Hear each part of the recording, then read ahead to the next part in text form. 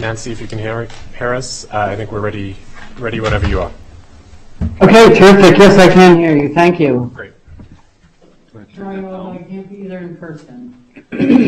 And sorry, I'm on Zoom as well. Tyler DeWell. Okay, great. I'd like to call the meeting to order of the City of Monona Planning Commission on Monday, October 23rd. Could you please call the roll? Chair Moore. Here. Alder DePula. Here. Mr. Holmberg. Here. Mr. Chapman. Here. Mr. Stein. Here. Mr. Grice. Here. Ms. Fox and Ms. Fallon are both excused. Okay, great, thank you. Do I have a motion to approve the minutes from October 9th? Move approval. Second. Any corrections, changes, additions to the minutes? Hearing none, all those in favor say aye. Aye. Hi. Opposed? Minutes carried. We're going to stick with, let's see, do we want to move the public hearing from Taco Bell up? Yes. I believe we were just joined by the applicant. I think listed as Brian's iPhone, I believe, is Brian Davies. Is that correct? That is correct. Okay. So the applicant has joined, if that's the will of the commission. Okay, does that make sense to everybody? Yep. Yes. Thumbs up, Okay. yeah. I see thumbs up, then we'll move to number 7A, public hearing on a request by Taco Bell for approval of a new order board signage at 100 East Broadway, case number S-021-2023. Brian, if you're here to explain what Taco Bell would like to do, please do so. The floor is yours. Thank you very much. Taco Bell has come up with a project where their initiative is to get to all digital menu boards inside and outside by the end of 2024. And for part of that project, we are proposing to upgrade our Monona location as soon as available to a digital exterior menu board. It is a smaller footprint, so it's smaller in square footage, and it is adjustable from darkness levels to brighter levels. And the only change to the speaker or microphone feature is that it's moved to a smaller speaker stand. Same decibel levels for the speaker microphone. No change other than there's no longer a digital screen on the order confirmation board or speaker board that there currently is. Okay, thank you.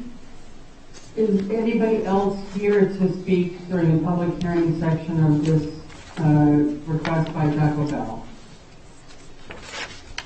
Nobody in person. Okay, is there anybody else online that is here to speak on the request by Taco Bell? Okay, then we'll close the public hearing and move to number 7B.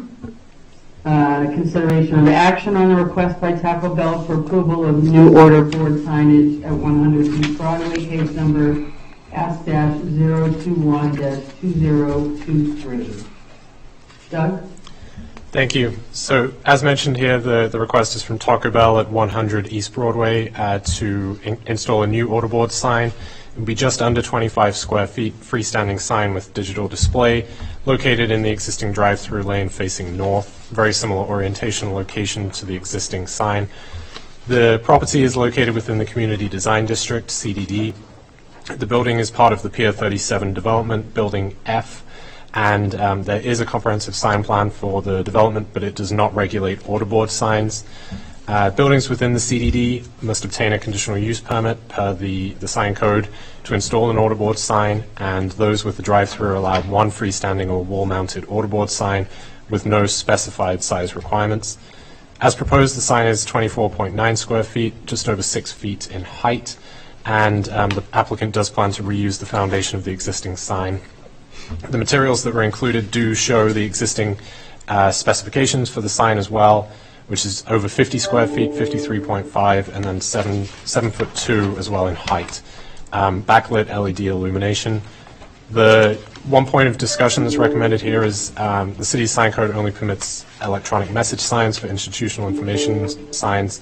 Maybe some discussion there about how specifically a digital order board is treated, because in this case, as proposed, 100% of the sign is digital, and the specifications for that are listed here, shielding from single-family and two-family districts.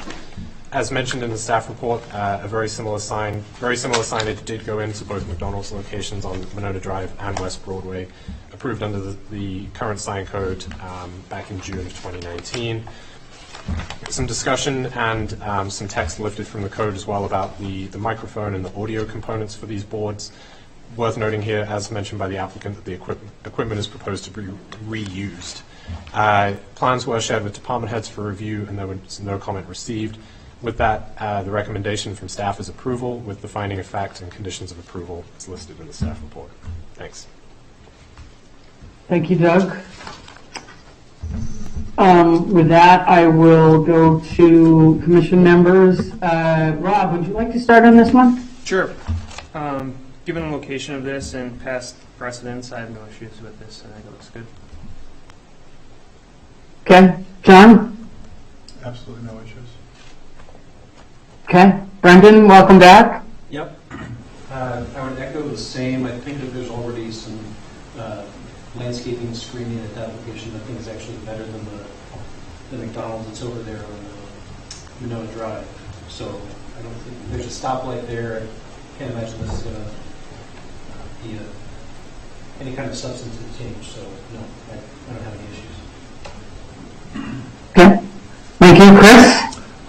No issues with the sign whatsoever. It's smaller than what the one was, but I know you have nothing to do with it. Is it Brian? Brian, you have nothing to do with it, but please take back to the owner. We always go and inspect sites prior to talking about them at the meeting tonight, and that was a really well-maintained, well-landscaped. The parking lot's clean. They do a great job on that site, so just pass that along. Absolutely, thank you. Thank you, Chris. Patrick? Nothing to add. Looks fine. Okay. Okay, that being the case, do I have a motion? Move approval with conditions as stated by staff. Okay, well, do I have a second? Yep, second. Okay, we have a second. Any other discussion? Chris? Yes, thank you. On findings of fact, just since this is a fast food feeder and the signs we always put in there, if we could, after your finding, add "and exceptions granted to other permanent fast food restaurants." Because all we're doing is staying the same with every fast food restaurant we've ruled on before. And then to make me feel better, could we just, on condition 3, strike post? So we can just say the speaker shall comply with the noise standards. I know they call it a speaker post, but for us to call it a speaker post is odd. Thanks. That's a recommended amendment there. Okay, anything else? Okay, all those in favor say aye. Aye. Opposed? The motion carries. Thank you. Was that a vote on the amendment first? Oh, sorry. Okay. Rob, do you accept the amendment? I do. Okay. So let's vote on the amendment first. All those in favor of the motion as amended, say aye. Aye. Aye. Opposed? Okay, so the amendment carries. Now let's go to the original motion to approve the request by Taco Bell. All those in favor say aye. Aye. Aye. Opposed? Okay, motion carries. Thank you. Thank you. Thank you, Brian. With that, we're going to move back to number 5A, unfinished business. A public hearing on the request by Compass Properties for consideration of a revised certified survey map, CSM, for the site located at approximately 4601 to 4613 Monona Drive between Springhaven and Dean Avenue for the mixed-use development case number 2-022-2022. Welcome back, Compass Properties. The floor is yours for the public hearing. CSM. Kind of introduce the whole project at this point as well, or is this just specific to the CSM? Sorry, can we check the mic? Batteries. Really? The applicant was wondering if they should talk about just the CSM or their entire project, but what we're hearing now is just the CSM, correct? Correct. Absolutely, just the CSM.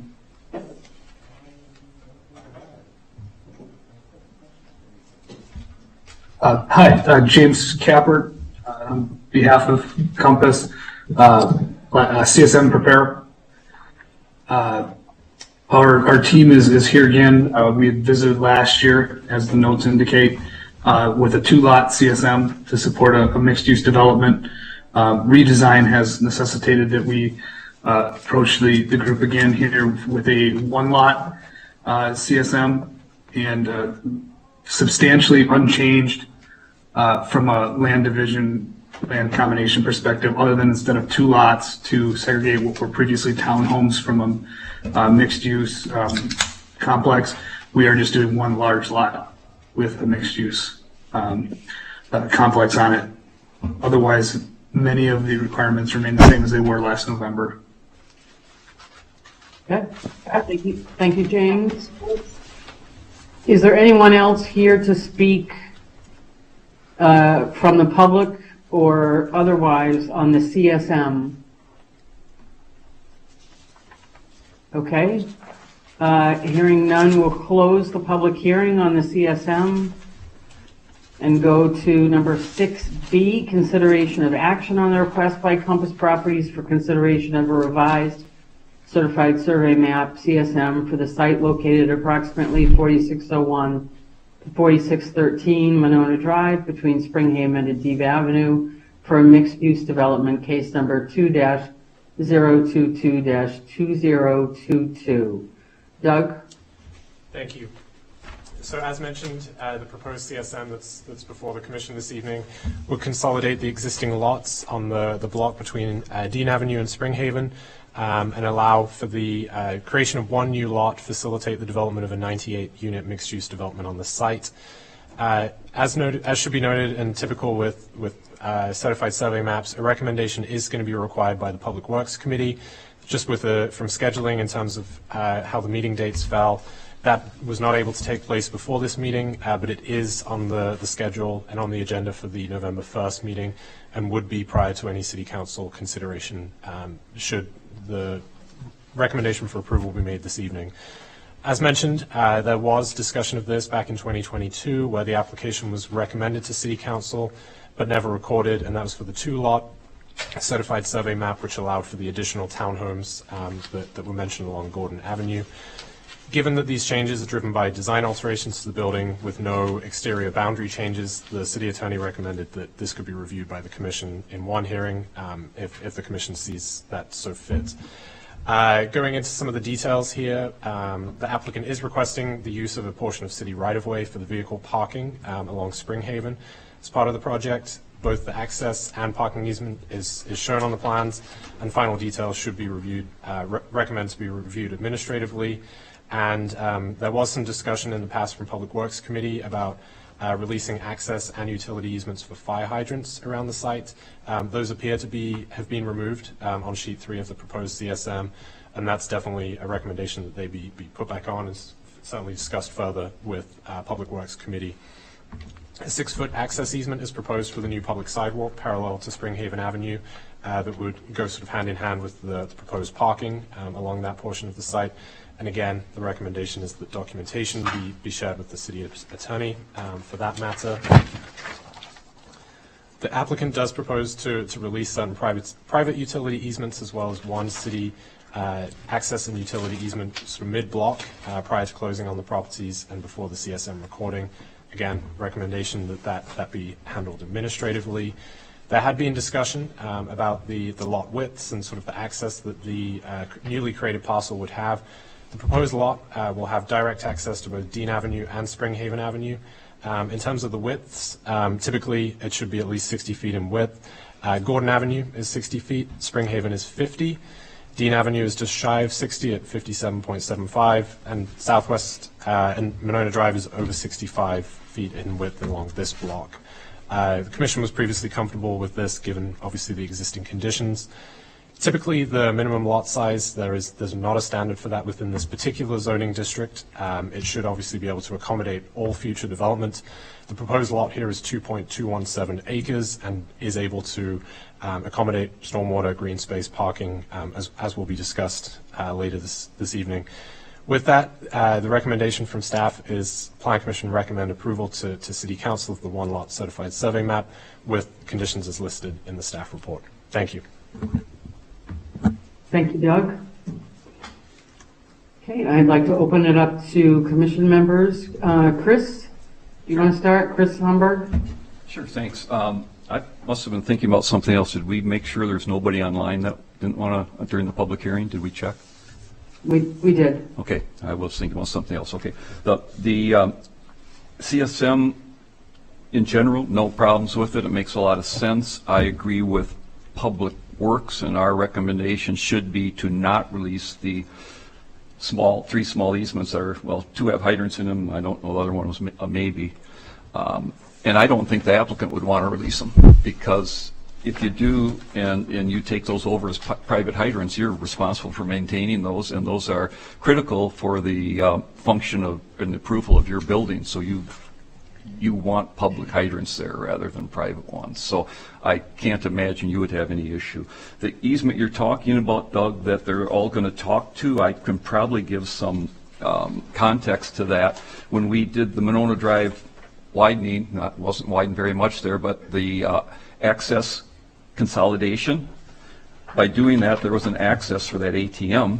And as a condition for allowing some people to have an access, we said you have to grant access to other people that were going to close their access up, and that's how we manipulated them all. So I'm quite sure that was given by Snick's Bar when we closed up some drive accesses on Monona Drive so that they could still access that ATM.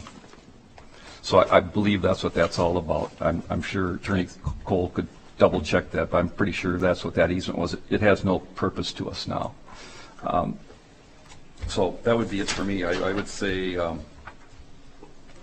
I would add a condition that we're recommending the City Council leave those hydrant easements in unless Public Works and the Council see a reason not to. But all we are is a recommendation to the Council. James, do you want to speak to that, since Chris has brought it up? Sure. Yeah, Chris, that's the way the title appears in terms of that big easement for access and physical use supports it. In terms of the recommendation that we re-add the easements, we do show the easements on page 2. On page 3, we do not, because we use page 3 just to show what would be new conditions that we're creating or that will be created. So if you don't see it on page 3, that's simply why. Well, we only but page 2 shows all the easements, some of which you're going to eliminate. It shows a MG&E gas easement and it shows another electric easement. So those won't be official easements once you record this, correct? If it's going to be an easement, it should show up on the CSM, correct? It'll depend on the order in which we approach. Good. So your intention is not to remove those 3 easements, those small ones? I believe 2 of the 3 are occupied by a hydrant. 2 are by hydrant, and I don't know the history of the other ones, so I'm staying out of it for now. I don't know if there's a guy for utility or what the reason for the city was to do that. I know it's when we did Monona Drive, when we acquired the property for that sign on the corner, the street sign. There was something to do with that, and I don't recall. So I think certainly. So for now, since we don't have that information, I think the recommendation from Russ will be to maintain those 3. And if Public Works comes up with a reason why it should be there, or the City Council hears one, perfectly appropriate. Just, Patrick, you're here, Nancy, you're here, you say, right now, we don't have information, although their attorney just raised her finger. Maybe she wants to add some context to it. I was just going to say that sounds like a fine plan if Public Works doesn't know what or need the third easement. And I can also talk to Bill Cole. I haven't looked at the title for the city property in a while, or any of the properties for these easements as we've been chugging along. So I think that's fine if it's a... Okay. Yeah. Okay. Great. Thank you. Brendan? No comment. No comment. Don? Sorry. No comments. Okay. Rob? No additional comments. Patrick? Good to go. Okay. With that, as this is a consideration and action, do I have a motion? I'll move approval with the recommendations as listed by staff, 1 through 4, and 5, change that to Plan Commission does not recommend vacating hydrant easements. Thank you. That's a motion. Do I have a second? Second. I have a second. Any other discussion? All those in favor say aye. Aye. Opposed? Motion carries. Thank you. Now I'm going to move to the public hearing number 6C, public hearing for Compass Properties on the request for approval of precise implementation plan, PIP, for the site located approximately 4601 to 4613 Monona Drive between Springhaven and Dean Avenue for mixed-use development, case number 2-016-2021. Welcome back, Compass Properties. The floor is yours. Thank you. My name is Matthew Murtos. I'm here with Compass Properties tonight seeking final PIP approval for the project known as The Bloom on the 4600 block of Monona Drive. Joining me tonight is Matt Frydock from TKWA, our architect, Angie Black from Carlson Black, development attorney, Dylan Douglas from JT Engineering, and then on Zoom we have Tyler Noel from the development team, Brad from Olson Toon Landscaping, and James from JT Engineering as well. The Bloom, which has been in the works for the better part of 2 years now, is a 4-story, 98-unit mixed-use apartment building with 164 parking stalls. On the ground floor, the commercial space is anchored by a BMO Harris bank branch occupying approximately 5,000 square feet. Additionally, there's a cafe, co-working lounge on the ground floor and a small business incubator space. The project activates a prominent block on Monona Drive that's currently underutilized with several shuttered businesses and vacant buildings. The new building proposed will include several sustainable and green initiatives, including solar panels, electric vehicle and e-bike charging stations, and 100% of the underground parking will be EV ready as well. The project will also include an electric zip car for use by the residents of the building and available to the public as well. And there will be community garden plots for the residents of the building also. The project that we're reviewing tonight is mostly unchanged from the version that was presented at the last pre-hearing in August, where we received mostly favorable feedback on the design changes, including the addition of the commercial space in the form of the small business incubator, compliance with the 30% site green space, and the addition of the pedestrian pass-through, and additional building facade detailing to enhance the articulation and break down the massing of the building. Additionally submitted tonight were detailed civil plans, comprehensive stormwater management plan, updated landscaping plan and courtyard programming, as well as detailed site plan renderings, elevations. Thank you for all the time you've spent reviewing this project so far, and we look forward to breaking ground soon on this exciting project. Thank you.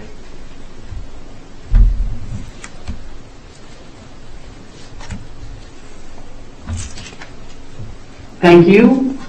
Is there anyone else from your team that would like to speak, or for that matter, to walk through the PIP during the public hearing portion? Yeah, Matt will kind of give an overview of the building and design. Are you able to share the architecture? Yes.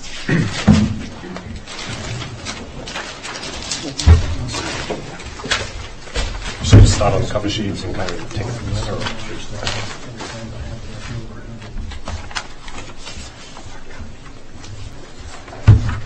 Just sharing my screen, sorry.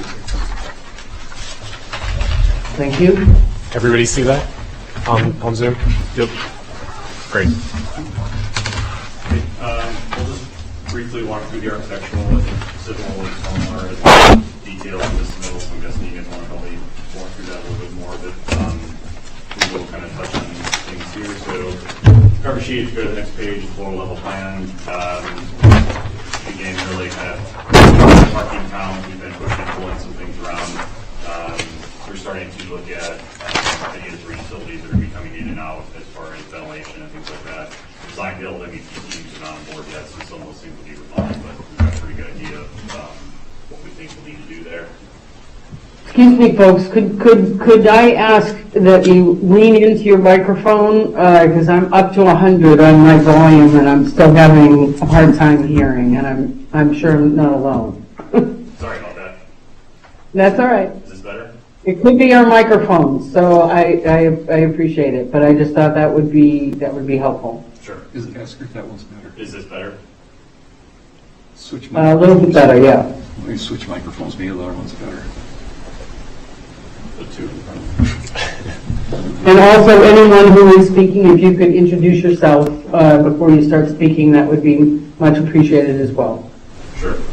This is Matt Brydock with TKWA. Did you hear that? Much better. We're good.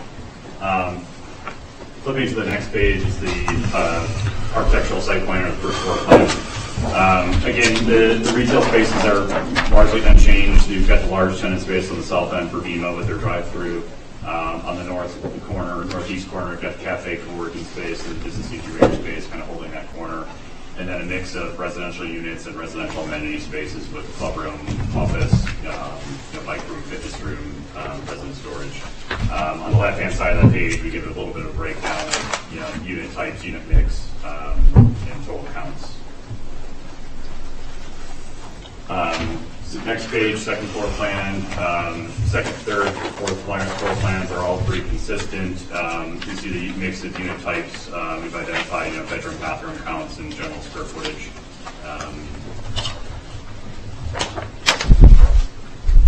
Looking ahead, A1.5 is the roof plan.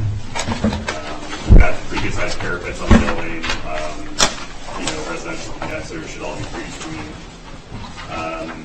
And then we get to the elevations. So A4.0 is the color overall long elevations, and then we do break those down into larger scale on following pages. Mixed materials consistent with what we've shown in the past. We've got the masonry, really the ends of the buildings and the bays. We've got dark masonry bays where we have the white lap siding. The lap siding has different exposures, so we're playing with some scale and graining of the building as it goes up. And then the wood tone siding there to also warm things up. Over as an accent on kind of the northeast end, looking at 2 on 4.1 meters, the board and bathroom, which again kind of starts to break up the massing from breaking up the scale and filling the massing of the building drive. Spinning around the west side, again, just kind of break things up. It is a long building, so we want to do some relief of that. We are wrapping the Main Street corner around the BMO space and into the pass-throughs, the pedestrian pass-throughs that cuts through the north side of their space, the Main Street, the materials run through there, so it's consistent. Balconies and everything in the windows, we just kind of been doing some refining on those, trying to get those dialed in as far as color and tone and things like that, so things feel a little bit more consistent.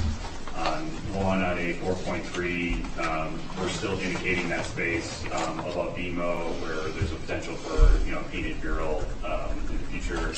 Again, we think that's a nice spot to potentially have that as a piece of public art. 8.4 picks up some of the kind of the miscellaneous elevations around kind of pass through and the drive through, things like that. I think in the last time we spoke a little bit about the BMO retail trash and mechanical area. We've indicated all the screening and things like that there, so that'll all be screened and consistent aesthetically with the rest of the building going on there. 8.6.0 picks up a few of the site detailings. I think there was a question last time about some of the ramping and railings on the back side of the building where we've got some grade change, so we want to make sure we show that those railings would be consistent with the garden kind of fence terraces that we're doing along the Miller Drive, so all of that is kind of consistent and wrapped around the building.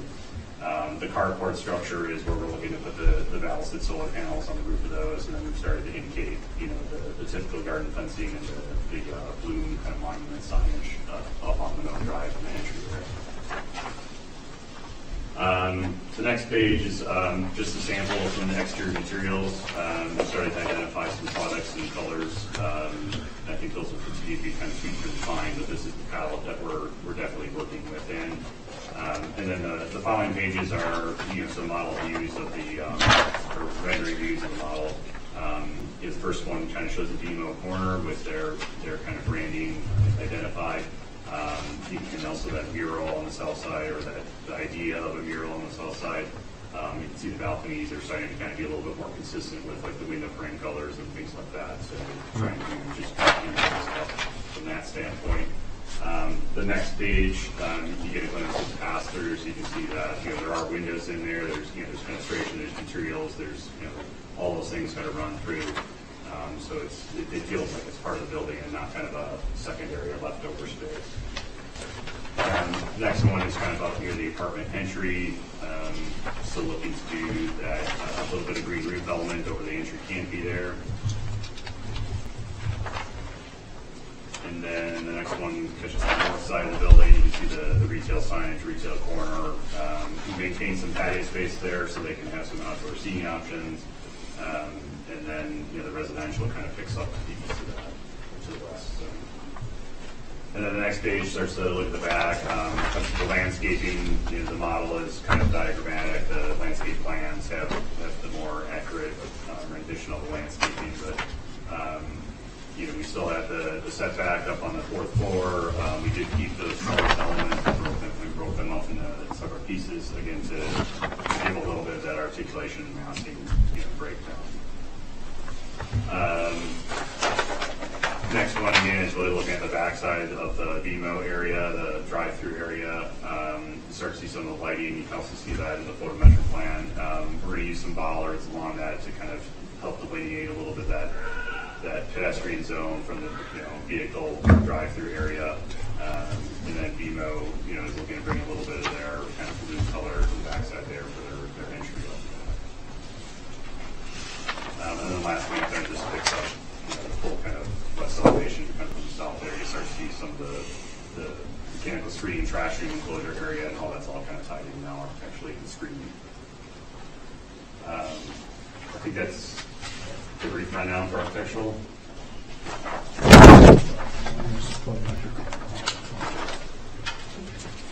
Thank you. Who's next?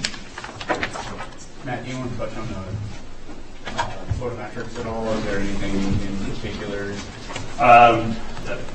Yeah, I guess the photometrics, there's a plan in there with the lighting levels and then a series of cut sheets. I think I know we spoke last time about color temperature is critical. Same thing for us. We want to be in the 2700, 3000 K.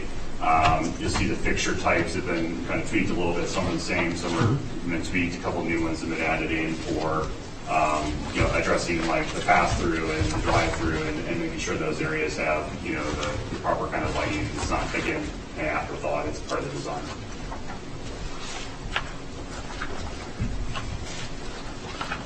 And we can move on to the civil plans.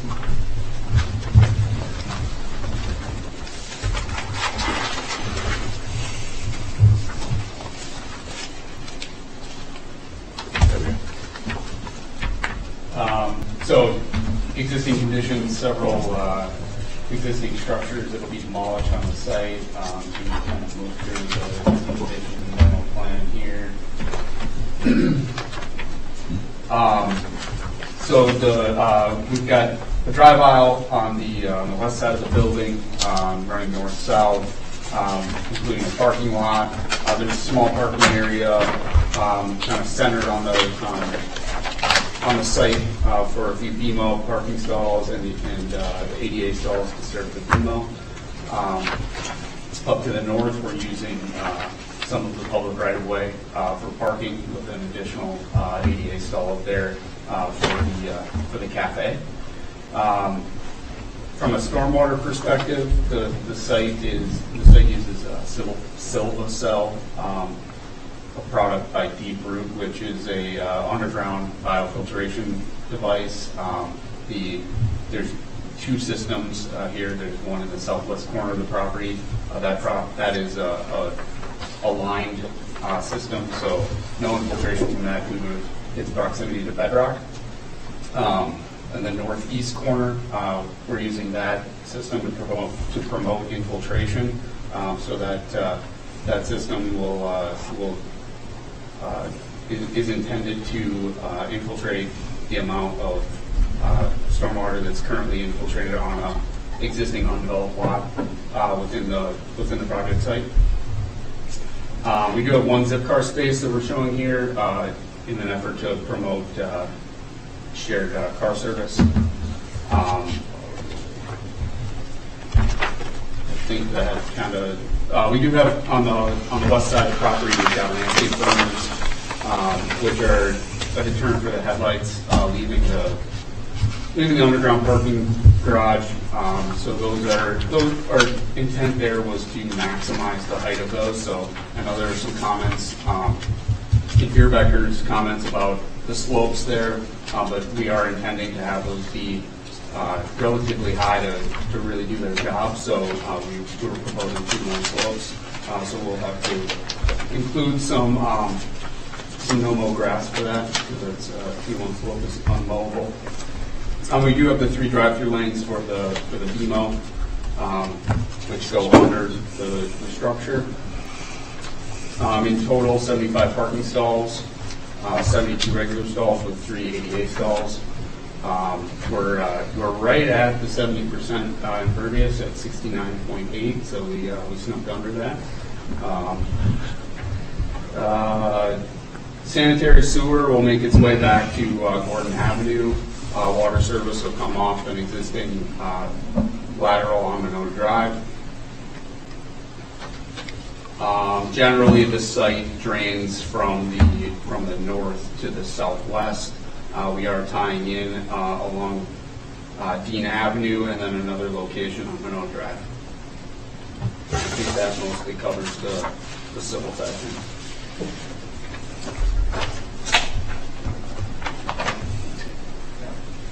Brad, are you available to share some updates to the landscape plan?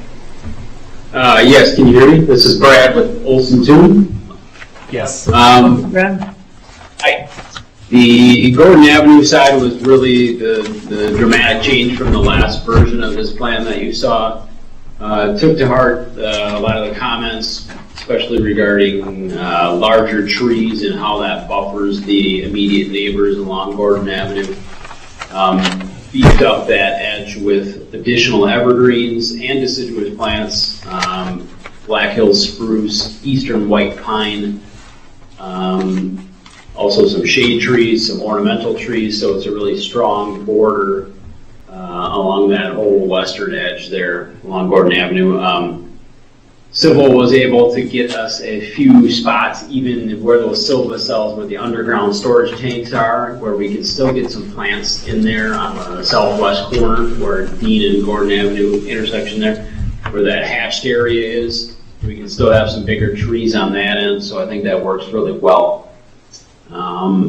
That's really the big changes. We did a little programming for the central courtyard area there.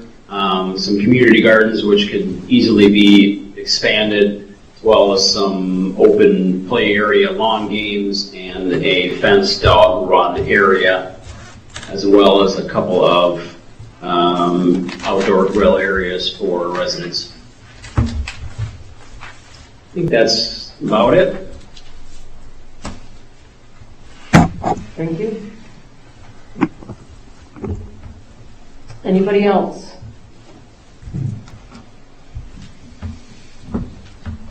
Okay, hearing none. Doug, is there anyone else in the room or online, or for that matter, I believe you received some feedback as well that you'd like to share during the public hearing? That's correct, yes. Thank you. Firstly, there was some feedback, some comments that were submitted in advance of the August 14th meeting that were not received in time for the meeting. Obviously, the same application, the PIP, it was the pre-hearing, but now we're at the formal consideration. I thought it would be appropriate to share those. There were technical issues with the website, meaning that contact forms were not received. So I did share those with the commission. Apologies, it was later this afternoon. I have some printed copies here in the room as well. But I'll just run through sort of high-level comments for each of these and make sure they're included in the record as well. So the first is Nicole Gruter at 4603 Shoreacres Road. Concerns with the scale of the building and the impact on the character of the neighborhood. Asks the commission to consider the long-standing effects of the precedent the project will create. Andy Rush at 4609 Gordon Avenue. Concern with the no mention of affordable units. as it also states that as a person from the disabled community, questions the options that exist to create housing for those with disability access needs, such as larger units with affordable rent or access to roll-in shower. Wimona Stratton, resident on Dean Avenue, no address given, loves the family dynamics of the block and the neighborhood and is concerned of safety for children and an ability for them to play safely in the area. And we did receive, both in August as well as October, we received comment from Christy Goforth. Comments here, specifically the most recent comment about, from the correspondence today, frustration with the lack of public input afforded to those directly impacted by the development.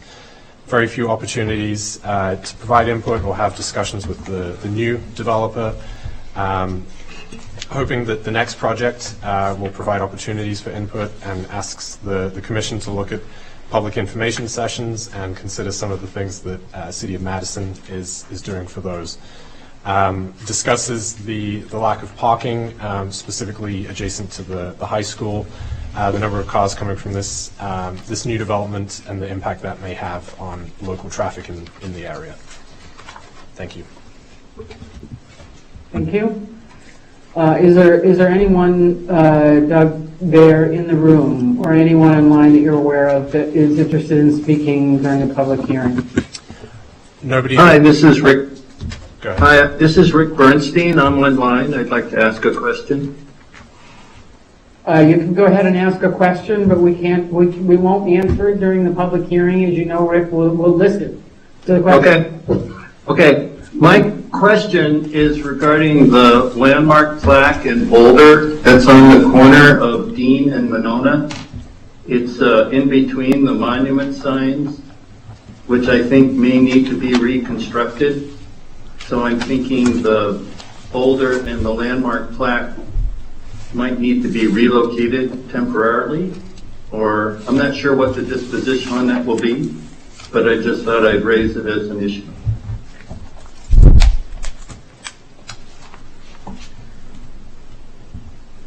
Thanks, Rick. Anyone else? Okay. We'll close the public hearing section and move to number 6D, consideration of action for Compass Properties on the request for approval of a precise utilization plan, CIP, for the site located at approximately 4601 to 4613 Monona Drive between Springhaven and Dean Avenue for mixed-use development, case number 2-016-2021. Doug? Thank you, Chair.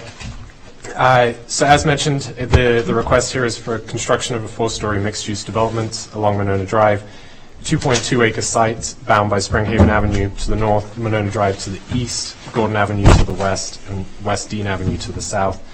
The project has an approved General Development Plan, GDP, and Tax Increment Financing, TIF, development agreement from the City Council. These parcels were zoned retail business, but the applicant received a rezoning to Community Design District in late 2022, so they could pursue the Planned Community Development, PCD, approach.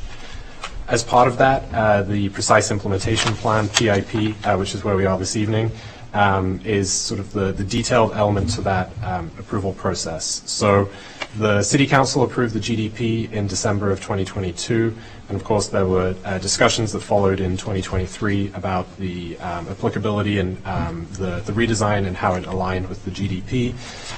Additionally, there was a pre-hearing held for the PIP at the August 14th meeting. As far as zoning and land use, the 2016 comp plan classifies this property as commercial use in both current and future land use maps, which is defined by CARPC, the Capital Area Regional Planning Commission, as land use for retail service, commercial and office uses.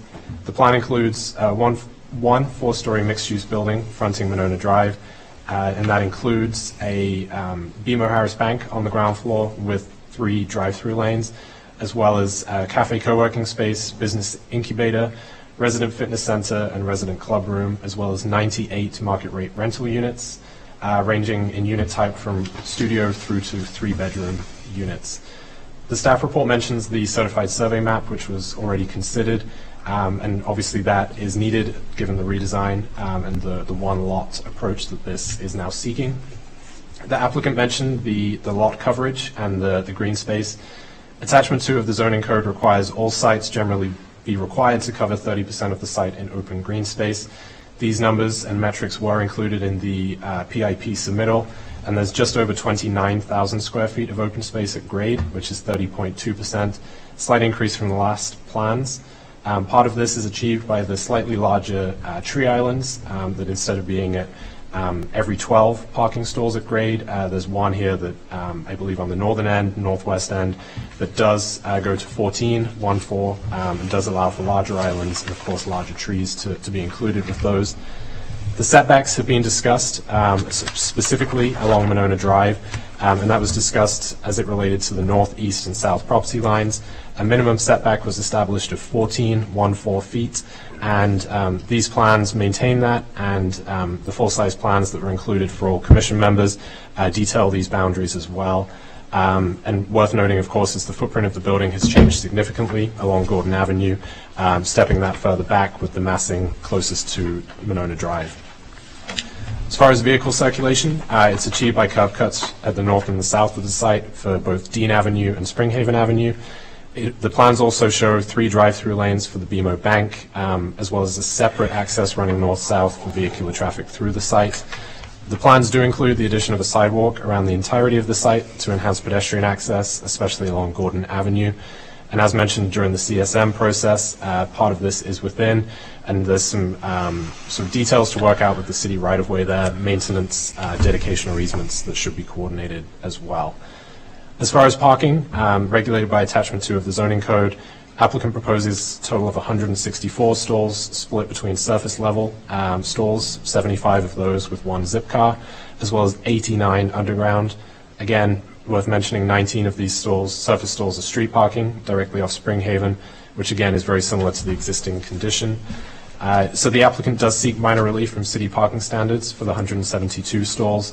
That's justified through the request of and the inclusion of a zip car that would be paid for by the applicant, which I believe would also be an electric vehicle. Bike parking facilities shown around the site, both public and private. There's a private bike room for residents, but also public bike parking throughout the site. Specifications for these racks should be shared with staff just to ensure compatibility with the location of those. One point to highlight for commission members was there was discussion previously of bike racks at the head of each of the underground parking stalls. Could be a discussion point if that is something still needed, given the parking elsewhere, bike parking elsewhere on site. Also worth noting, 17 of the parking stalls of the required 172 would be attributable to the BMO Harris branch, which is just over 5,000 square feet in size.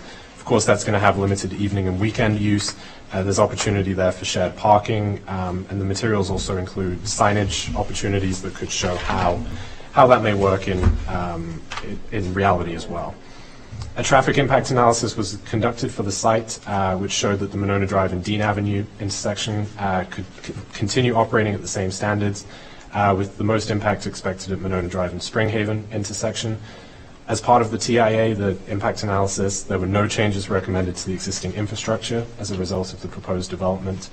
There was some discussion at the pre-hearing about the right turn only at Springhaven, back onto Monona Drive, something I had an opportunity to speak briefly with the Public Works Director, and it was something that he said he could see the benefits to it, but of course would be looking for some more detail and possibly a study there, so something to discuss.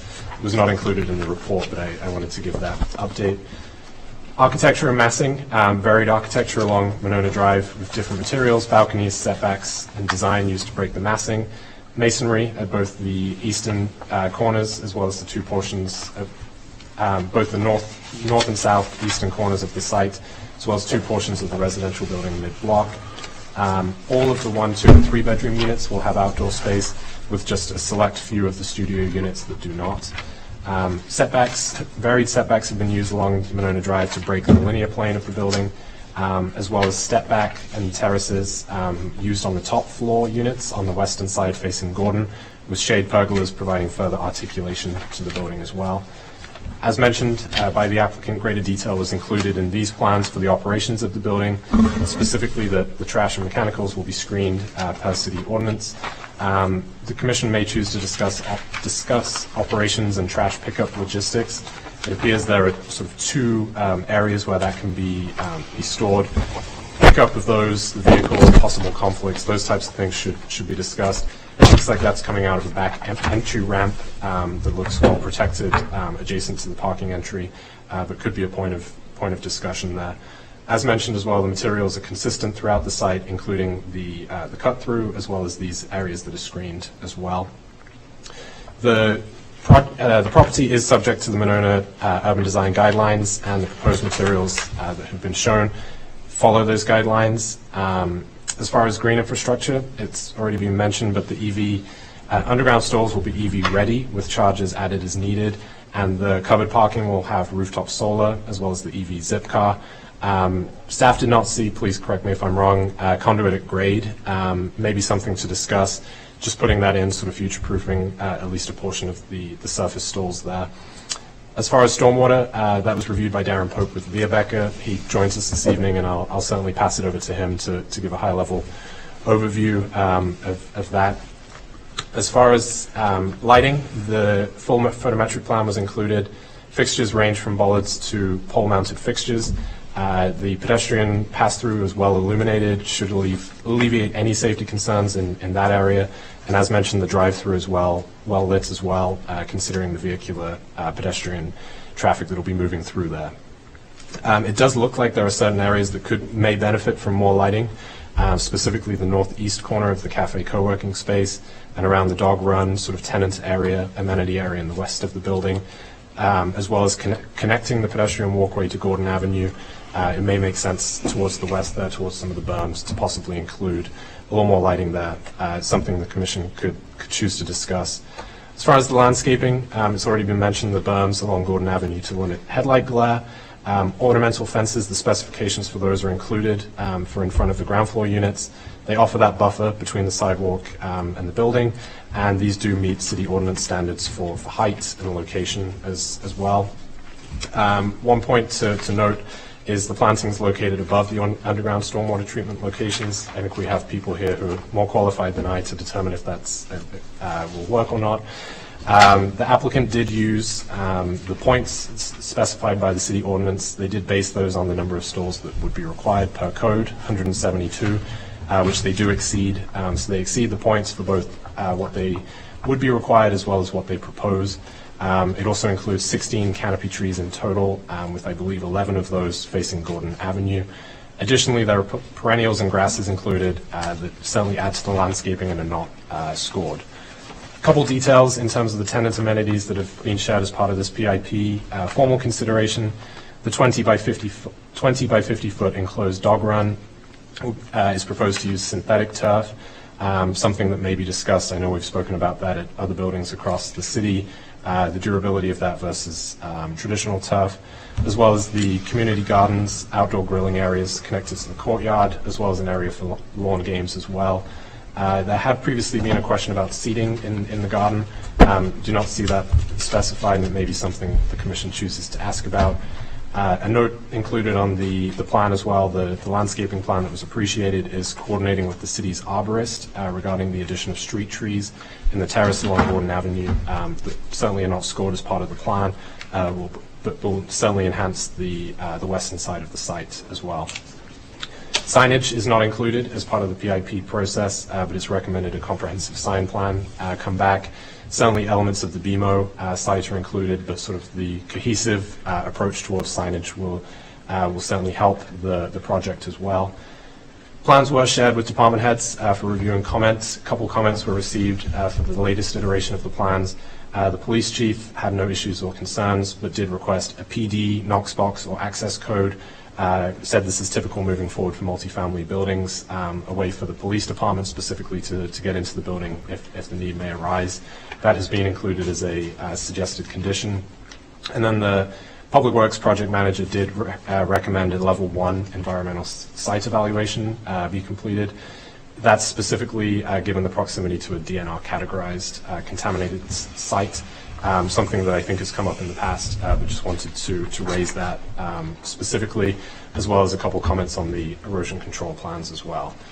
A lot of talking from me, but with that, the staff recommendation is included in the packet for approval with recommended findings of fact and conditions of approval. And I know we're joined by Darren this evening as well for stormwater comments and discussion as well.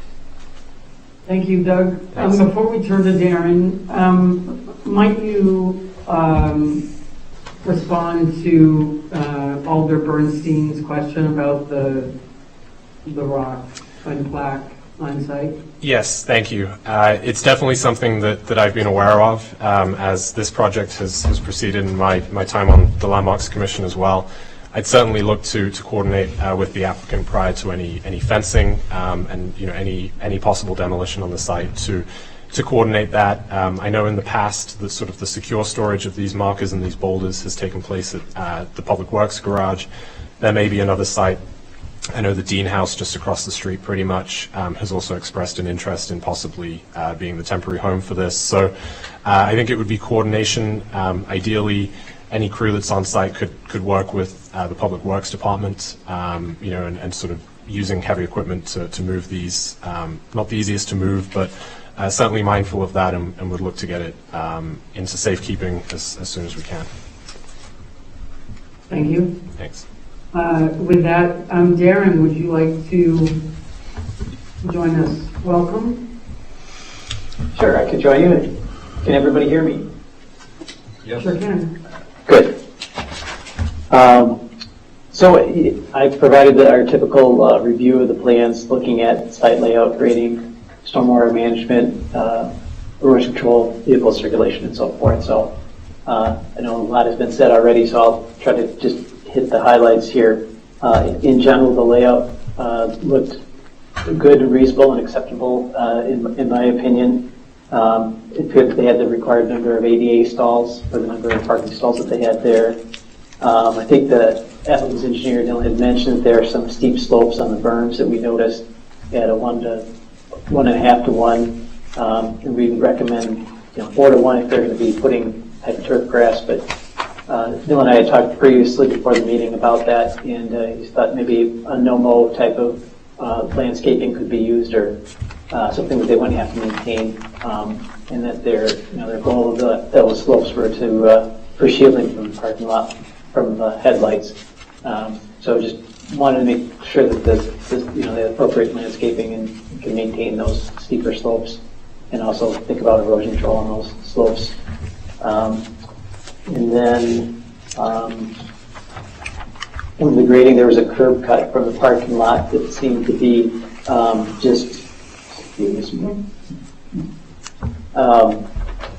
it just outletted it into a landscaped area that suggesting that they add a swale, possibly a gravel line, where erosion had reinforced swale to direct it to the yard inlet on the west side of the site, about midway up.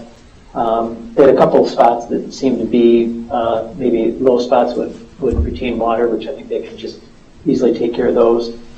There are a couple locations where I think the cross slope exceeded the ADA maximum of 2%, and I think those can be easily taken care of as well. I think comments were already made about extending conduits to EV stalls in e-bike stations. There are several unused water services and sanitary sewer services and storm sewer connections that will have to be, Public Works policy usually to abandon those at the main. So that's going to require some work to abandon those in Monona Drive, and then also pavement patching in Monona Drive. So we'd recommend that they have a traffic control plan to address the work that needs to be done in Monona Drive for those unused services. And then also, we recommend they put together a brief fire hydrant exhibit to make sure that they're meeting the city's requirements for fire hydrant coverage around the building. And then stormwater management. think the concept that they're using is reasonable. I do have some concerns with how their wind slant model was set up.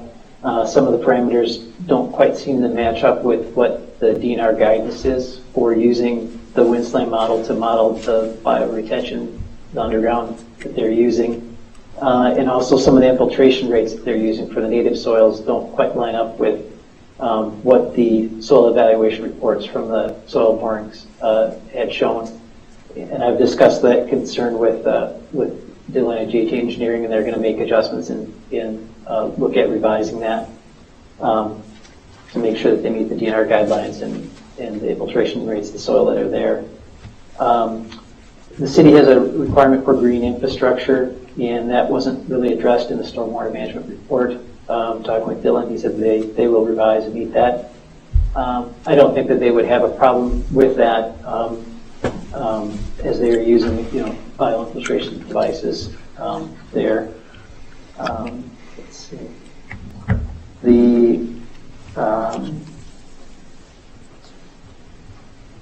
For the stormwater management of the ramp down to the underground parking, the city's policy usually is to make sure that they can accommodate a peak stormwater rate from the 200-year storm event.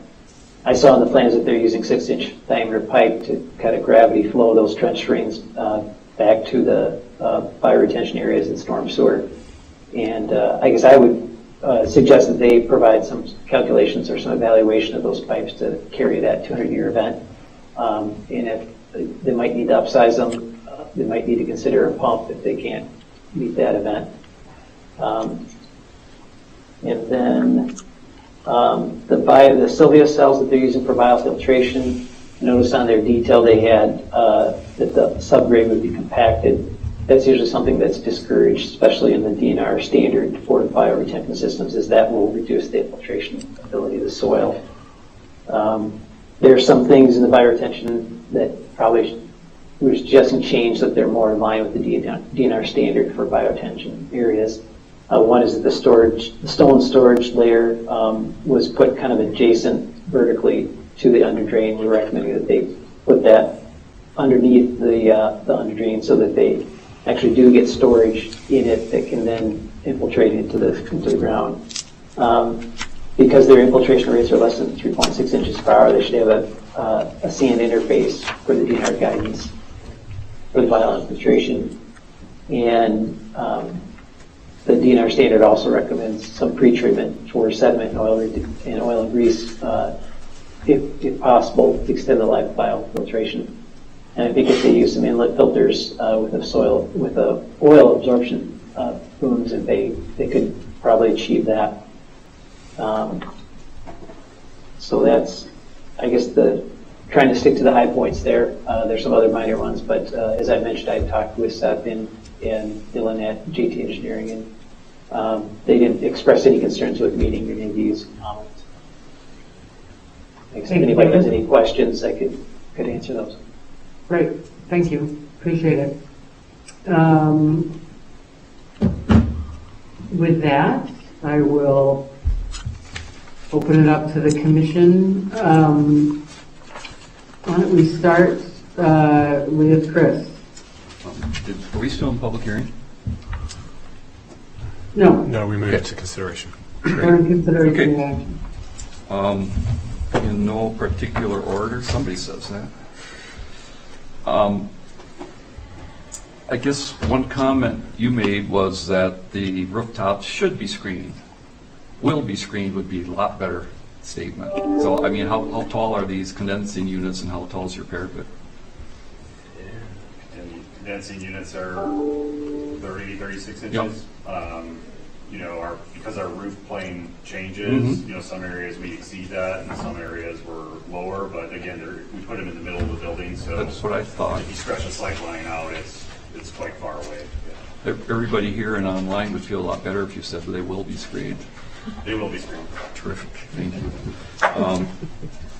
Our Alder Rick, I guess I'm going to respond to that, but first, I don't see you taking out those signs, and I don't see you taking out that sidewalk. You're not planning on disturbing those street signs, are you?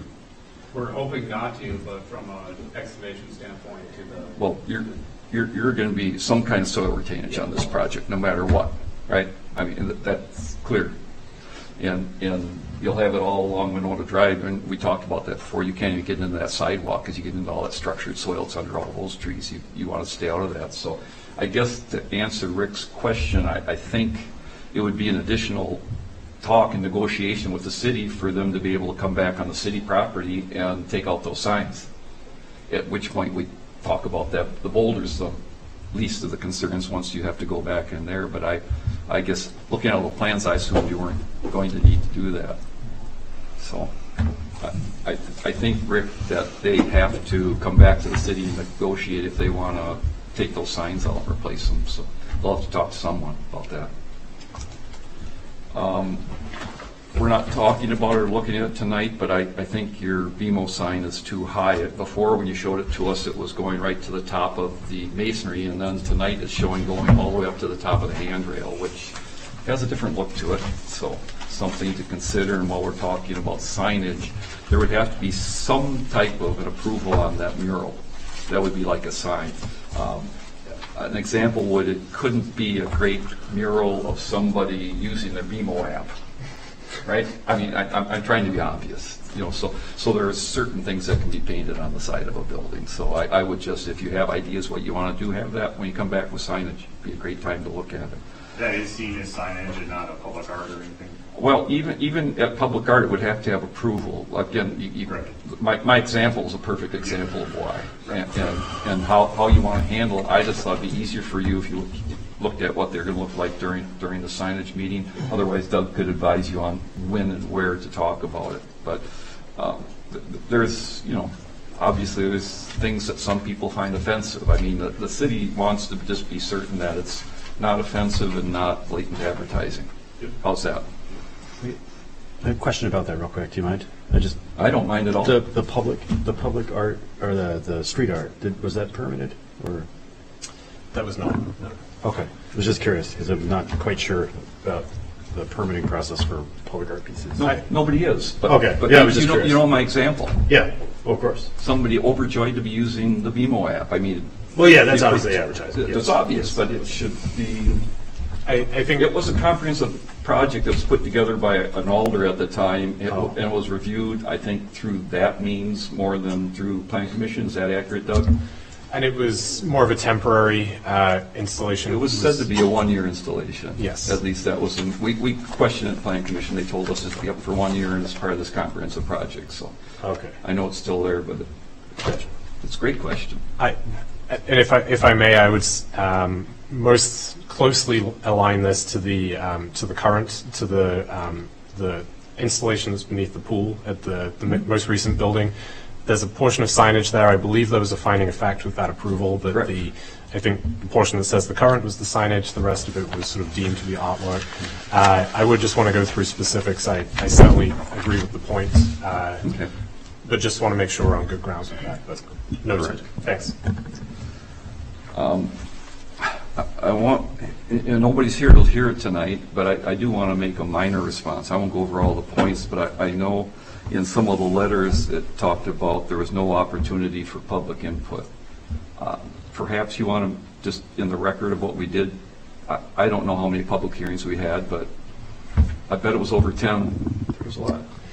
Yes, I can certainly address that. Each time this came forward, it had a public hearing. It was, I would say, over-noticed as well, which we do for any of these with the Class 1 notice in the paper, the mailings that go out, and I think the mailing, the sort of mailing list, that got up to about 75 people at this point. So they each got a letter each time this came through.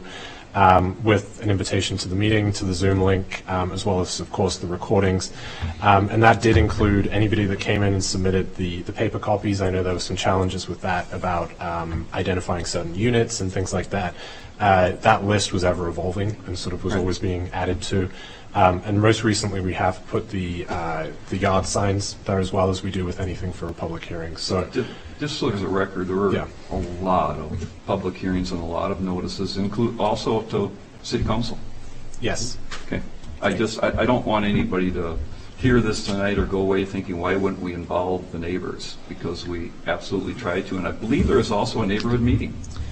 There was. The MESPA meeting, right? Yes, and the city, as a matter of course, stayed out of that. That's not a typical requirement, but that was something that the MESBA, the Eastside Business Alliance, put together. I believe it was during COVID times. It was a virtual meeting, but they did facilitate that discussion. I just want to be clear for anybody that's reading those or hearing that, of the efforts we did make and that the applicant in one form or another did make. Okay. Electrical. Can you talk about electrical? I had a little hard time following as far as what fixtures were where, and there are a couple dead spots. I agree with that comment. In particular, I noted like the northwest and southwest corners is down to virtually zero on the foot candles, and I think there's a couple areas people mentioned, but I'm not sure, and I'm sure it's on here, but with readers and a magnifying glass, I still couldn't read some of these numbers are so small. So could you just, Doug, I don't know if it's possible you could back up the electrical plan and just maybe go over it so we know. I know there's a suggested condition that you just do it with staff, but it'd be nice to know where are the poles and the fixtures, where are the bollards, where are the wall packs. Yeah, I can try to go kind of through the cut sheets, and that might be a little easier to describe the location. So the pole lights, the OA3H fixture type, is the first one in the packet. That's our main kind of traffic lighting within the main drive lane and parking area through the middle of the site, the north-south kind of drive lane. And how many of those you have on the north-south? Well, now you're going to ask me to try to read that really. Yes, I am. You asked us to read it. I think that's only fair. Yeah, pretty much. I think we have 4 poles right now, and then we're using a similar fixture as a wall sconce in a few areas where the building is up against the drive lane. So that I think there's 2 of those down in the south end. Yes. It's hard to tell. So you look at that southwest, can you read that, like 0.2, 0.2, 0.3 foot candles in some of your parking stalls, and I know we want to get zero or really low at the private. I'm bringing it up. Yeah. I know you're going to look at this some more with staff, but just so we have a good idea of. Obviously, our focus was getting that cut off at the property line. Correct. So for a little light, we'll go back and revisit that. I know there's a little bit of room there that we can push things up. And some of the cutouts we have talk about your wall packs, for example, and it says building side shielding. Well, of course, we want any fixture has to be shielded from the neighborhood. Right. Sorry if that sounded loud. So I just want to make sure that we do have shielding on all these, and that staff really looks at that when you go back, because you'll probably get a little better look at this than we have right now tonight. I don't think this is worth holding it up. I just think this isn't enough information for my eyes to know what's going on. How's that? Sure. Do you want me to run through the rest of these? Or I think your primary fixtures, would be nice for us all to know what they are. So the pole lights, those are the first several. There's variations of those. That's why there's so many pages of those. The next one, the OB1, is the bollard. So you flip through it. How many pages in do I go? Look in the upper right, OB1. Yeah. Oh. Thank you. That was big. I should have been able to see that. So that's our bollard, so we're using that as that kind of pedestrian demarcation along the drive-through lane and walking the BMO. We also brought that into the resident vicinity area, so that's along the dog run area, the entry into the building, and then along that walk behind those patios there where the club room has their space. And so that's all low level. We didn't want big high pole lights and things like that. Beautiful bollard. The next kind of fixture type, OC1, that's that cylinder light. We're using that on the underside of any solid canopies. So that's basically like a canopy. Like a recessed almost? It's not just a cylinder, it's mounted because our intent was to have some exposed structural decking and things like that. So it's a surface mount, but it's a finished housing and all that stuff. Okay. OC2, that is what we're looking to use in the drive-through area. It's a good output, good cutoff, good control fixture for parking area, for drive lane areas, really. Okay.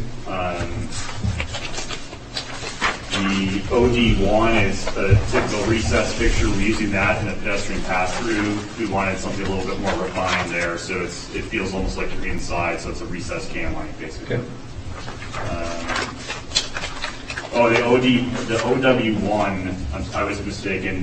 We went to that where the building is up to a drive lane, and we're using that to light the drive lane areas rather than that pole arm fixture. This gives us better control and a little better throws so that we didn't have to put a pole on the other side closer to the property line where we maybe didn't want to have a pole. So we were using this for its kind of output that it's able to throw light and catch that parking a little bit better. So that was the intent with that one. That's really a fairly simple package. Okay, thank you. That helps me a little bit. And again, I just say, Doug, I know one of your conditions is to allow staff to have a final look at this. And I'm not telling you anything you don't already know. You want decent lighting for your tenants, and I get that. It's just we didn't have anything that really showed it well.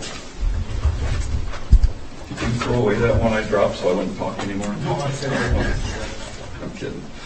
Okay. Terrace trees, we still need terrace trees on Gordon. You can say that's a city thing and then we assess them. I think it's a lot better value for the applicant if you do it with your landscaping. I'm sure you'll have somebody there already put in a bunch of trees, and it's a lot better deal for you. So I would encourage you to do it with your landscaping. The Silva-Cell biofiltration, I love that you can put that in and you can still plant trees in it. I love that concept. I think that's outstanding. And perhaps we have to look at that a little bit. I have some questions for Darren that I'll talk about, but I suspect the reason you can do that is you're getting structural capacity on the Silva-Cell, so whatever's above it is bearing on it, like your parking lot, which again, we'll talk about a little later, Darren, but it seems to me they need some compactive effort where the bearing is going to be for their parking lot, because as much as we don't want that, this is a different system. But you are looking for infiltration, right? Yeah, but not down on the rock. And so the rock, Darren, where that parking lot sits on top of it, to me it makes some sense to have compaction there. They're lining it anyway. And then the material that goes in there is really pretty fluffed up, to put it in a mild term. And so you'll still get your biofiltration that you're looking for. So the only difference would be whatever storage you might need. So the spec to compact part of it does make some sense to me, because I don't think they'd like to see that parking lot settling. So I think that's something we just have to consider. Again, I said this is no order. There was a mention by somebody of phase one. I assume you guys have done a phase one already. And that's what he's talking, level one's phase one. And you couldn't get financing from a bank if you hadn't had a phase one there. So that's there and in the pocket, and you're all good. Yep, phase one and phase two. Yeah, I figured that, but I just had to say it. It's been brought up.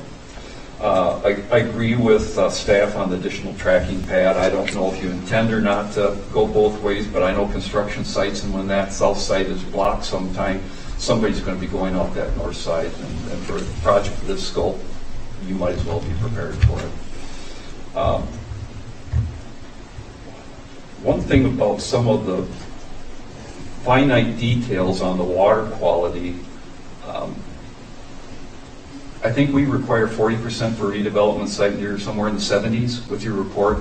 So if it's not exactly correlating to some of the things, I don't think there's anything in there that's going to take you from 73% down to 39%. So just as far as rerunning and just making sure how we got there, I agree with, but if there's slight variations on the way a few things are done there, and again, they're getting 73% when we asked for 40. That's awful good, and I think it should be congratulated that they're doing that.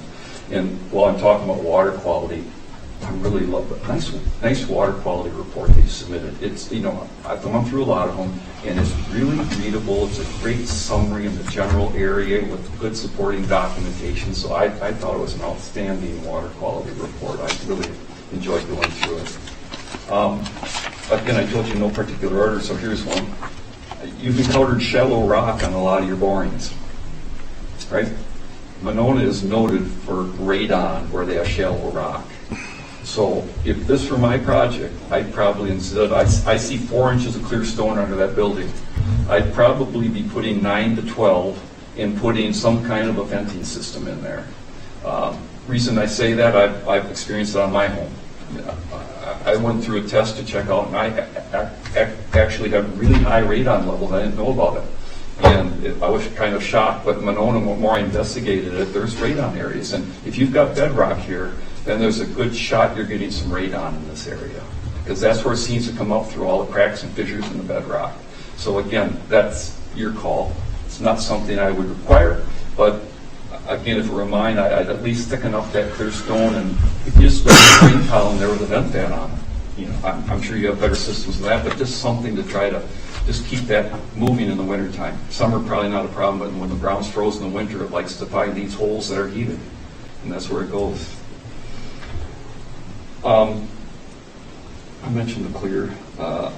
There was a question raised by one of the people that had a letter for the public hearing. Are there ADA accessible units in this building? Yeah, I mean, all the units are required to be accessible. 2% of them are type A, the rest will be type B. I thought so, but again, that should be in the public record. That's not for me to say, so there are ADA accessible units here. Yeah, that's required by the building code. Or you could just say, yeah, we included that.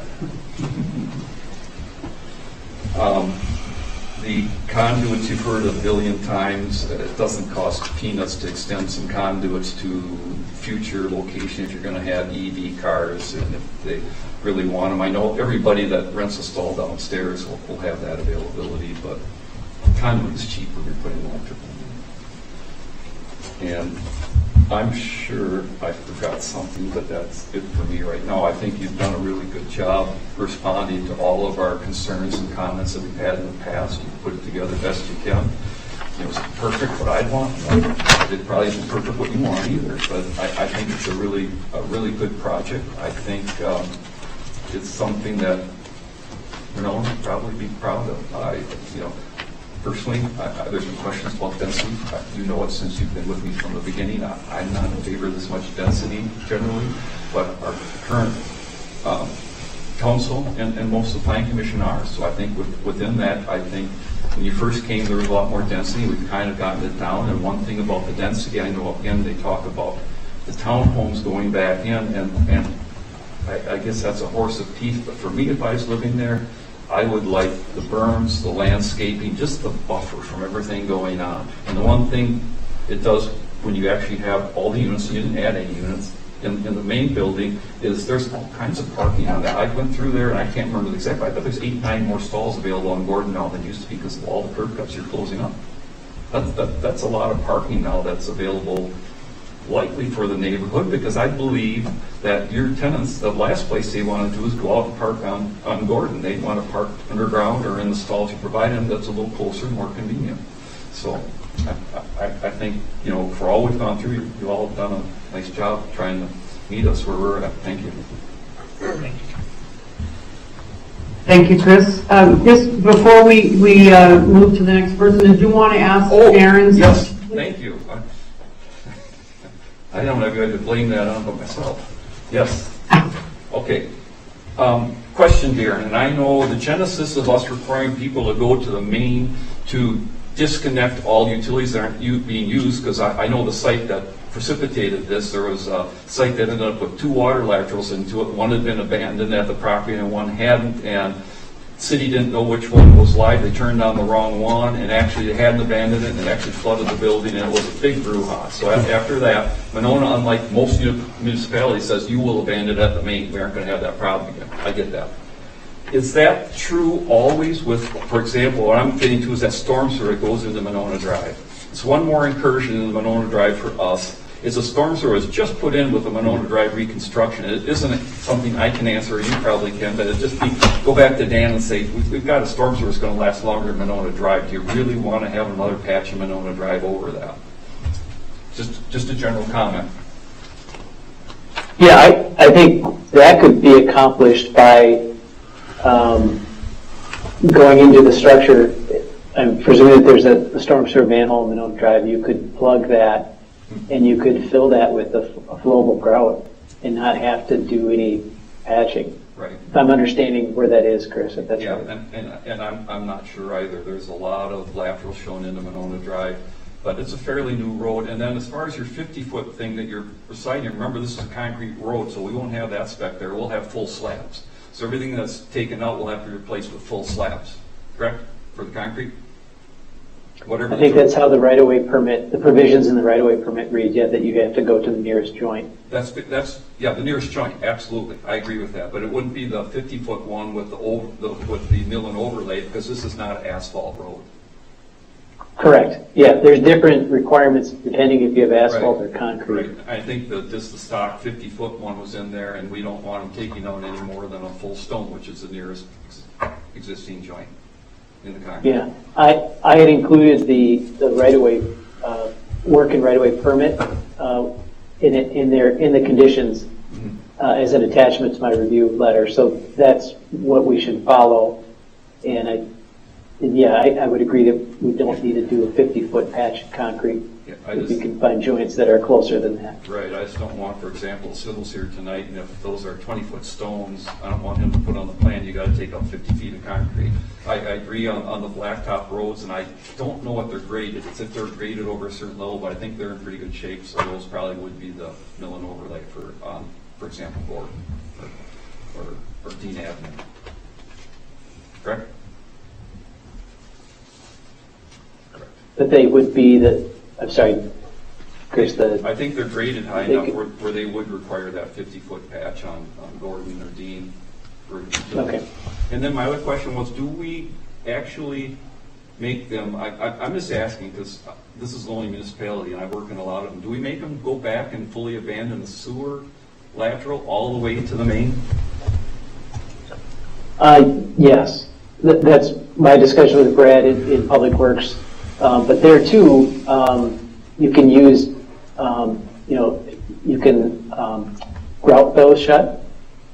Okay. So you don't necessarily have to go into the pavement. Right, and if there isn't a structure, I guess I'd just like, talk with Dan about it for some consideration. In this case, again, I think mostly about Monona Drive. It's a tough place to go, but also, do we want more patches in Monona Drive? The whole thing came because of turning on that water lateral, and somebody getting flooded, and they said no more. Well, a sewer lateral can't be turned back on if it's properly plugged at the property line. So that's the only reason I asked that. We have to balance, do we want them to go in there and do that, and have a patch, or do we just have a proper abandonment at the property line and not go into Monona Drive another time? So I think that would be a worthy discussion. Yeah, I agree. And there's other, there's trenchless technologies you can use to abandon some of those too. Yeah. Okay. I had noted the same place you noted, that 4-to-1, a 3-to-1's mowable. If you're going to put different plantings out, you get less than a 3-to-1, then do it. But really, it was on private property. You're the one that has to mow it. That's back for the swatters. Unused sanitary. Okay, another question. On our standard city stuff, we always show that 18-inch sump.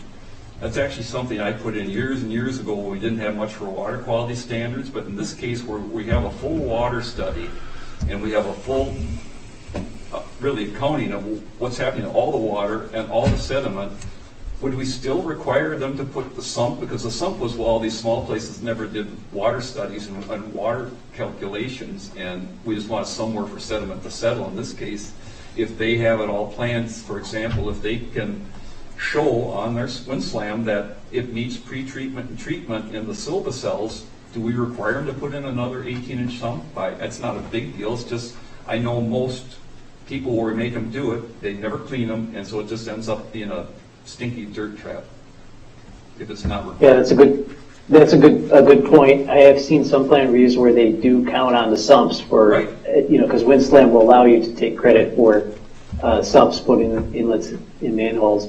And I'm not sure, I didn't get the SLAM model for this yet, so I'm not sure if they were counting on any sumps. But my understanding is that, from Brad and Dan in Public Works, that's kind of a city standard to have sumps in it. So I guess I can have discussions with them and bring your point of view that, hey, if they're meeting their sediment requirements by using the underground bioretention, are the sumps really needed? They're not really needed to meet the ordinance requirement if they're meeting it through the underground bioretention. Yeah, I agree with that statement, and I put that into the ordinance years before Brad was ever here, so he doesn't know the backstory on it. So it would be another good discussion, and the design engineer here was shaking his head no that he wasn't using the sumps in his calculations. So again, feel free to have Brad call me too. I can give him the backdrop on it all. But if it's not needed, and again, I commend the applicant. They're getting 73% TSS removal. We asked for 40. That's great. But I'd just as soon not put some more pain on them after that.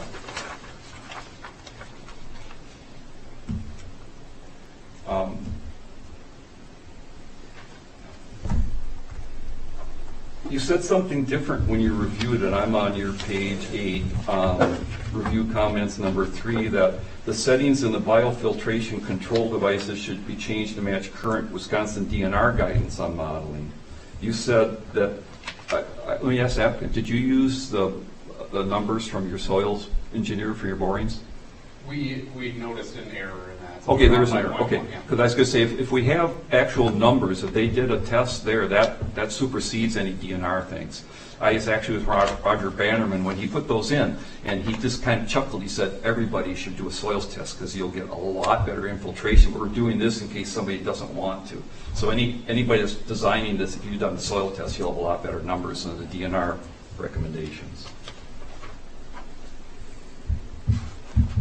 I would just give a comment that your comment about the stormwater management plan does not mention the city's ordinance requirement for green infrastructure. This is a lot of green infrastructure here, so yeah, just put a note in there that you're using the silva cells and you got a bio basin. I mean, they're doing great green infrastructure. We can only hope everybody does this much.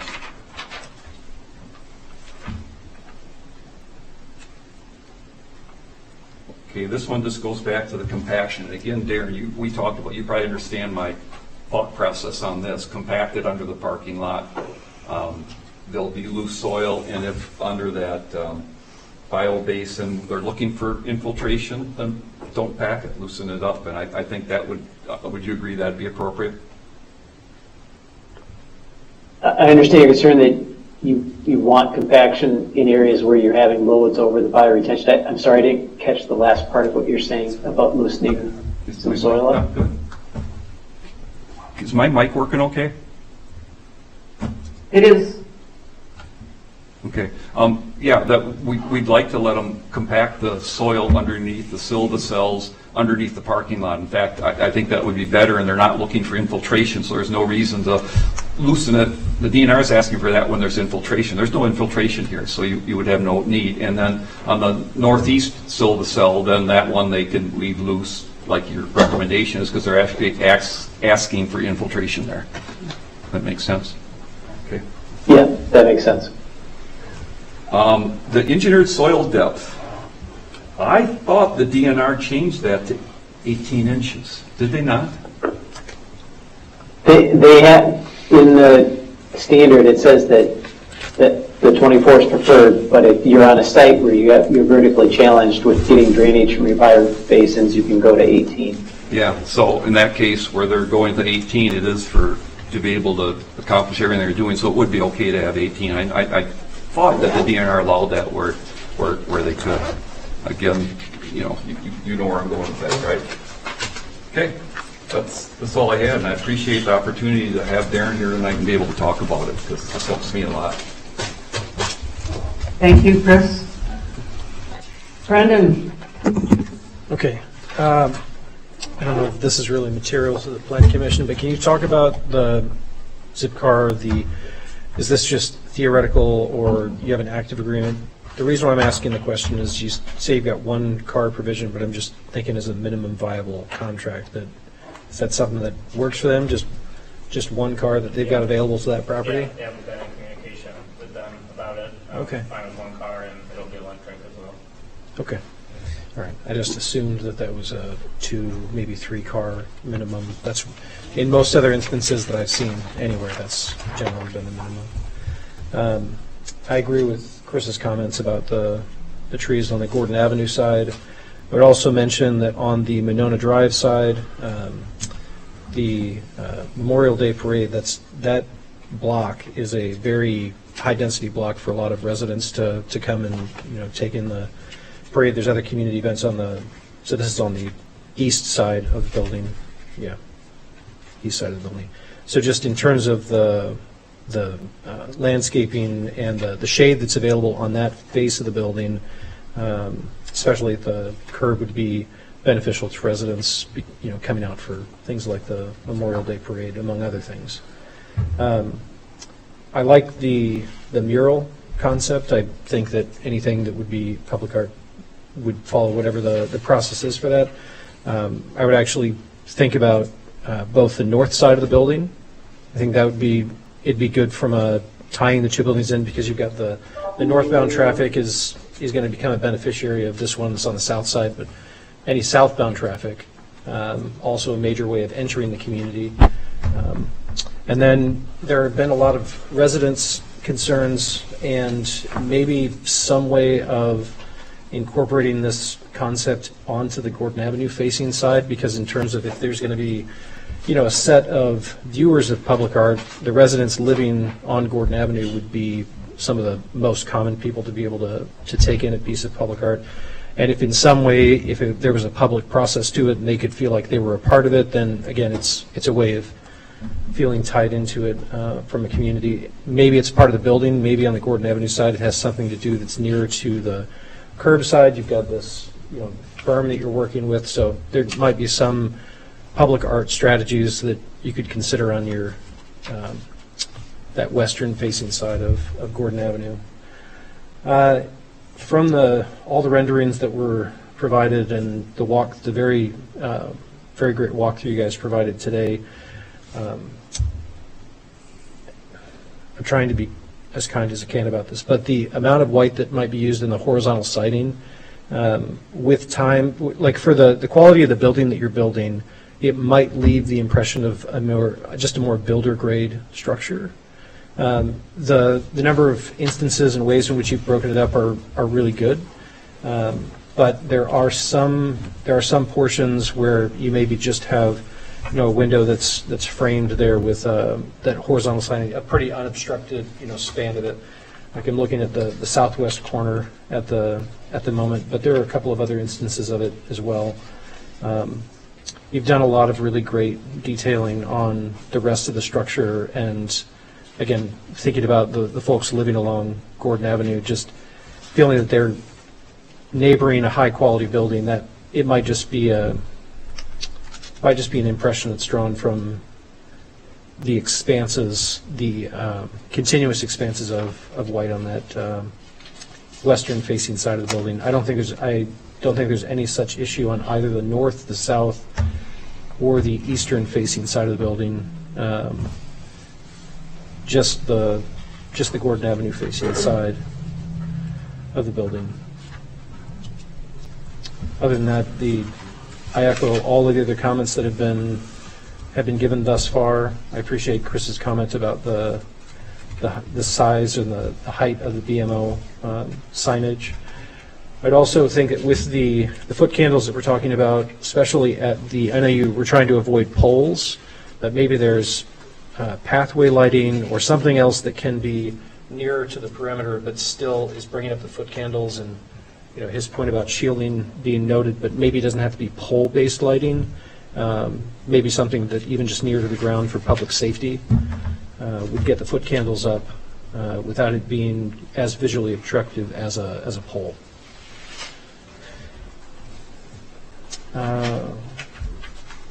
Was this the property where we were kind of questioning how, like, visitor parking underground versus? No. Okay, that's the other. Above ground. Yeah. Okay, the one that that's the other. All right. No, I have no other comments. Thank you, Brendan. John? Okay. Sheet A 1.0. I've got a few questions for clarification. The parking level underground. You mentioned there are no utility spaces shown, and you mentioned that you're working through those mechanical spaces and so forth. Yeah, right now we've indicated some area wells, basically one. Area wells, yeah, but inside the building. What's that? Inside the building. Yeah, as of right now, we're thinking most that's going to occur on that first floor where we've got the 2 utility rooms located. We're thinking our transformer's going to end up out there because the existing electrical service is coming in over there. Water?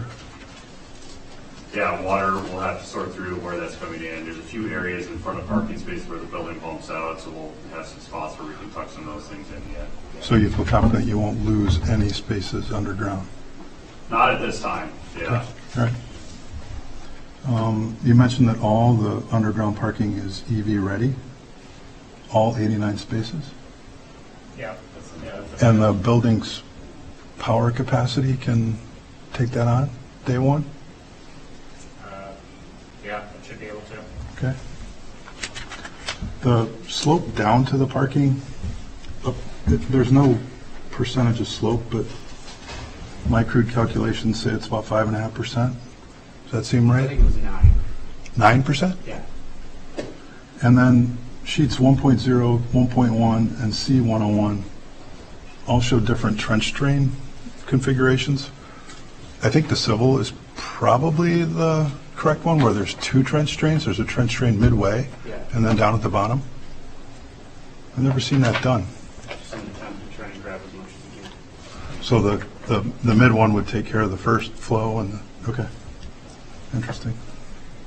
On sheet 8.1.1, the trash room doesn't show any doors to the exterior. We're doing a roll-up overhead door there. A roll-up? Okay. So we're going to have doors swinging out in the wind and things like that. Okay, got it. Thank you. The dog run, is there any description of the fencing? The intent is to match what we're doing architecturally on the site fencing. But was that described anywhere? I didn't see it anywhere. I'd have to check with the landscape note and see if they have that. Okay. So your intent is not like chain link, or it's to No, it's to put a match nice the- fence? It's to match the landscape. Is there a, Is it 3 foot? Was it 3 foot? Sorry. Yeah, That's fine. Yeah, most of the standards are 3 foot is the lowest one. We were hoping to do a little bit lower for the landscape fencing, but that's kind of the standard size that's out there. So it will match the landscape fencing on the front that you have a detail for it. is there a hose bib out there? Or planned? Again, I design dealt build's with not these. a word, but I would Okay. say yes with the turf, you're going to want something to rinse Yeah, out. okay. Please provide a hose bib or something.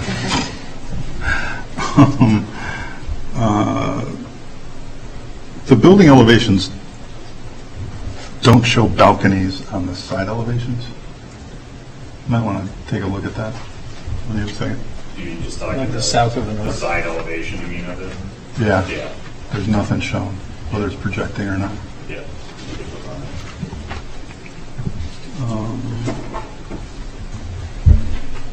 This Silva-Cell stuff, it's retaining water, correct?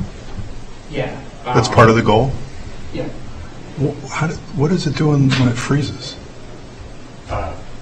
Just freezes? It freezes. Because it's not even below, It won't freeze. It doesn't freeze. it won't freeze? It's only 12 inches below grade, it'll Well, it's freeze. gonna, the top of it's going to be 18 inches below grade, and there will be a void, and then Then, yes.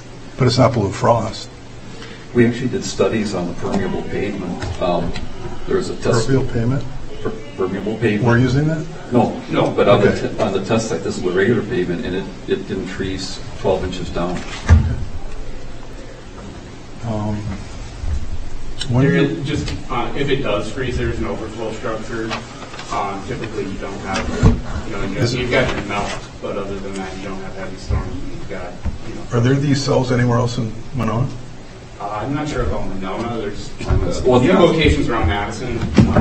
It's on the site, right? Yeah, it's on the site. It's right there under the sidewalk. It was part of the So the answer is Monona yes. Drive. Yes, actually, yes, you wouldn't be aware of it, but it wasn't put in with the You Monona might Drive not have known. reconstruction. Bubba brought it up. But it's part of Part of the that. city's project. City's reconstruction project, because the terraces were way too narrow to support a tree, so we put it underneath the sidewalk. That's why we asked you last time, please don't take out all the sidewalks, because you'll be into a hornet's nest. But all those structures that are in your plan are under those sidewalks at the tree locations. If there are utilities, they have to weave those through the soil cell structure. When are you hoping to break ground? Early 2024. In the spring? Yeah. We're And then, gonna, we have to start demo before the end of the year though. okay. For our development agreement with the tech. On the title block, there's no structural engineer listed. Is there a structural? I assume there's a structural engineer. Oh, See, it's not on board yet. Yeah. Oh, it's not on board? Okay. That's all for me. Thank you, John. Rob? In general, I think it looks pretty good. I think you've addressed a lot of the comments. I have a number of little things and questions. Looks like demo along Gordon.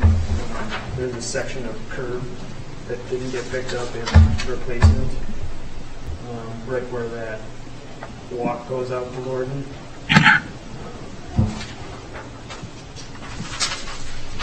So I'm sure that would be part of the plans, but it doesn't show up right now. A couple of areas internal to the site where the ramp comes up. You might want a detectable warning field where that goes into the drive aisle. And then north of that, where the sidewalk goes in, there's a detectable warning field there as well.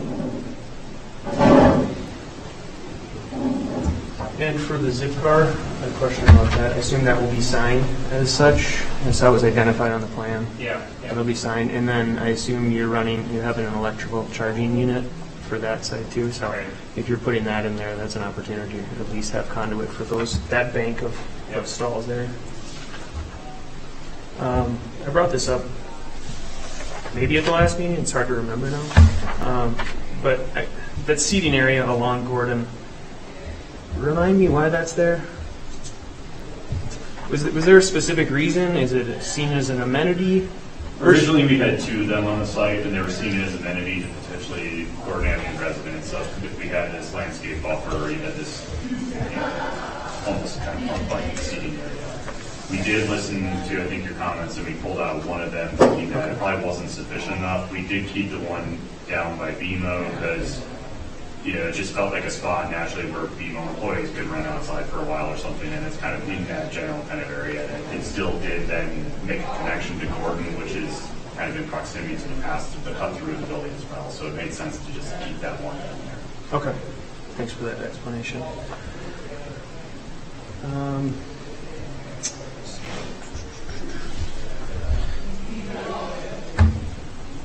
There was discussion about the slopes along Gordon Avenue in that landscape area. I think it looks like a really robust screening. And as long as we're talking about that and we're talking about the lighting needs, I think we want the screening to block the lighting. So I think your approach to lighting your site for safety and adequacy is kind of the biggest thing. I think screening it from the residents. If I was living across the street, I would rather have a nice vegetative screening than worrying about lighting to get all the way out to the sidewalk. So personally, I think I'm fine with the lighting approach, the way you have it. And if NOMO is going to be considered for these sloped areas, I would almost do it the entire way, at least between the sidewalk and back of curb. I think it would be cool. I think it would be a more sustainable effort, element you could add to the site. And frankly, I'd like to see it more. All right. So I had a few questions about the drive-through area. And looking at page C110, there's that sidewalk there, and I'll do my best to explain it here. That sidewalk looks like it's thickened edge in certain areas. If you look at cross-section B, it's a thickened edge sidewalk where it meets the drive lane. So there's essentially a curb separation, pedestrian traffic, and the road. But if you go to A, which is just a few feet to the west, it's a flush. Is that a raised crossing, or what's going on there? That's just showing so that it's going to depress down like a curb ramp. Okay. So it probably should be thickened edge at that specific location. Okay. At AA. On the left side of AA. Is that what you're talking about? Yeah. Yeah, so it's gonna, So it's going to be curbed basically that whole that's way that's where the the intent. where the bollards are going to be. Yes. Okay. Yeah. That was my next point. If it's going to be a flush curb with road, those bollards are likely going to get bashed around by plows and things. So. Yeah, so section 8A is through that crossing. Yep. So that's why it's flush there. Okay. Okay.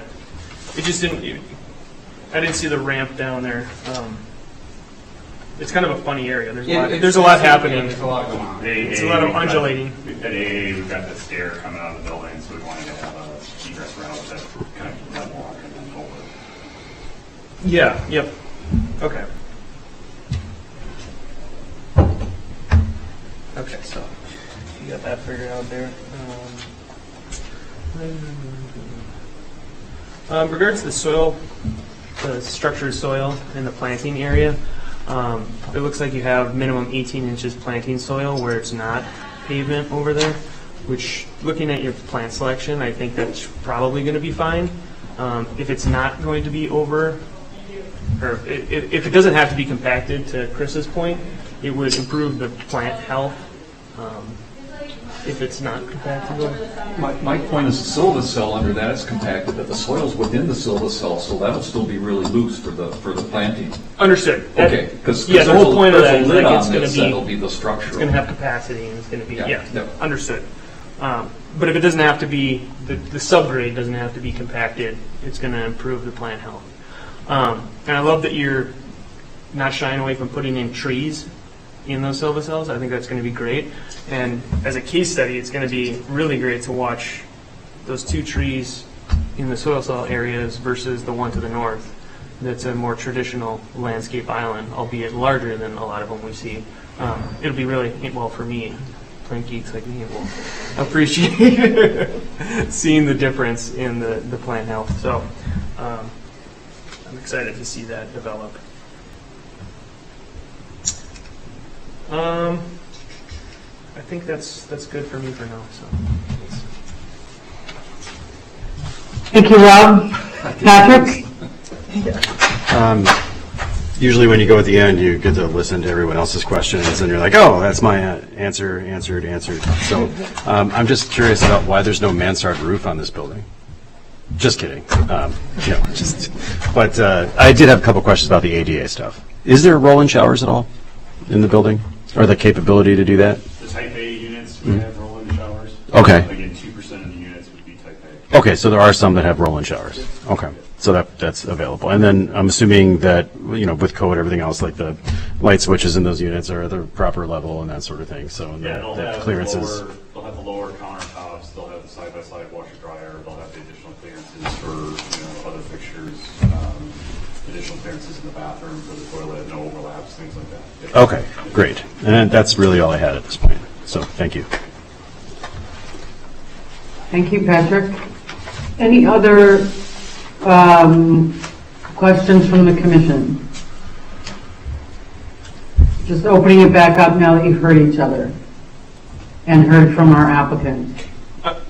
Can you explain how the trashes work? I think I understand, but that was in one of the staff comments, kind of addressed by Jones.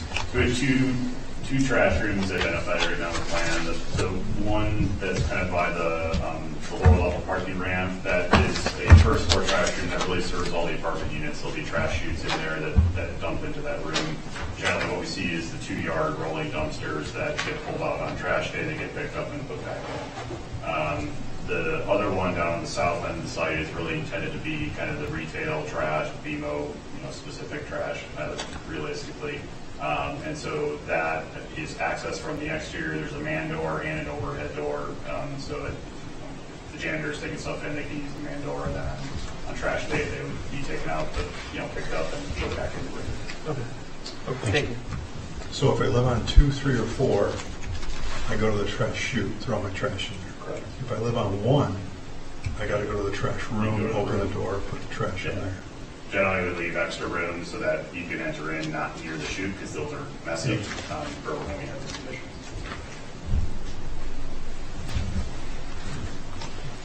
Anything else?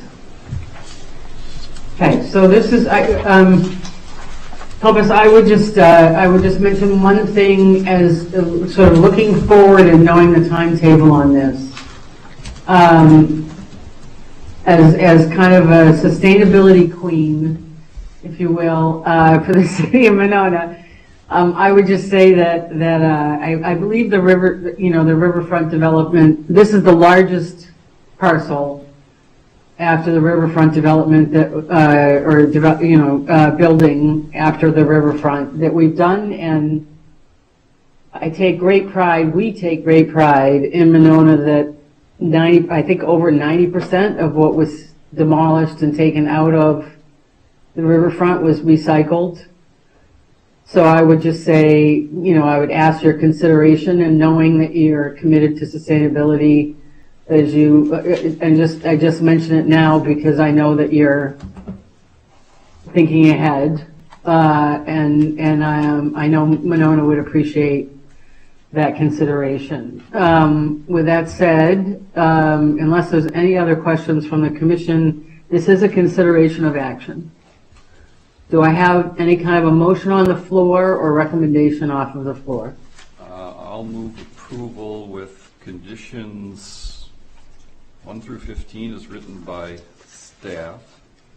Condition 16, rewrite to say final lighting plan shall be shared with and approved by city staff prior to occupancy.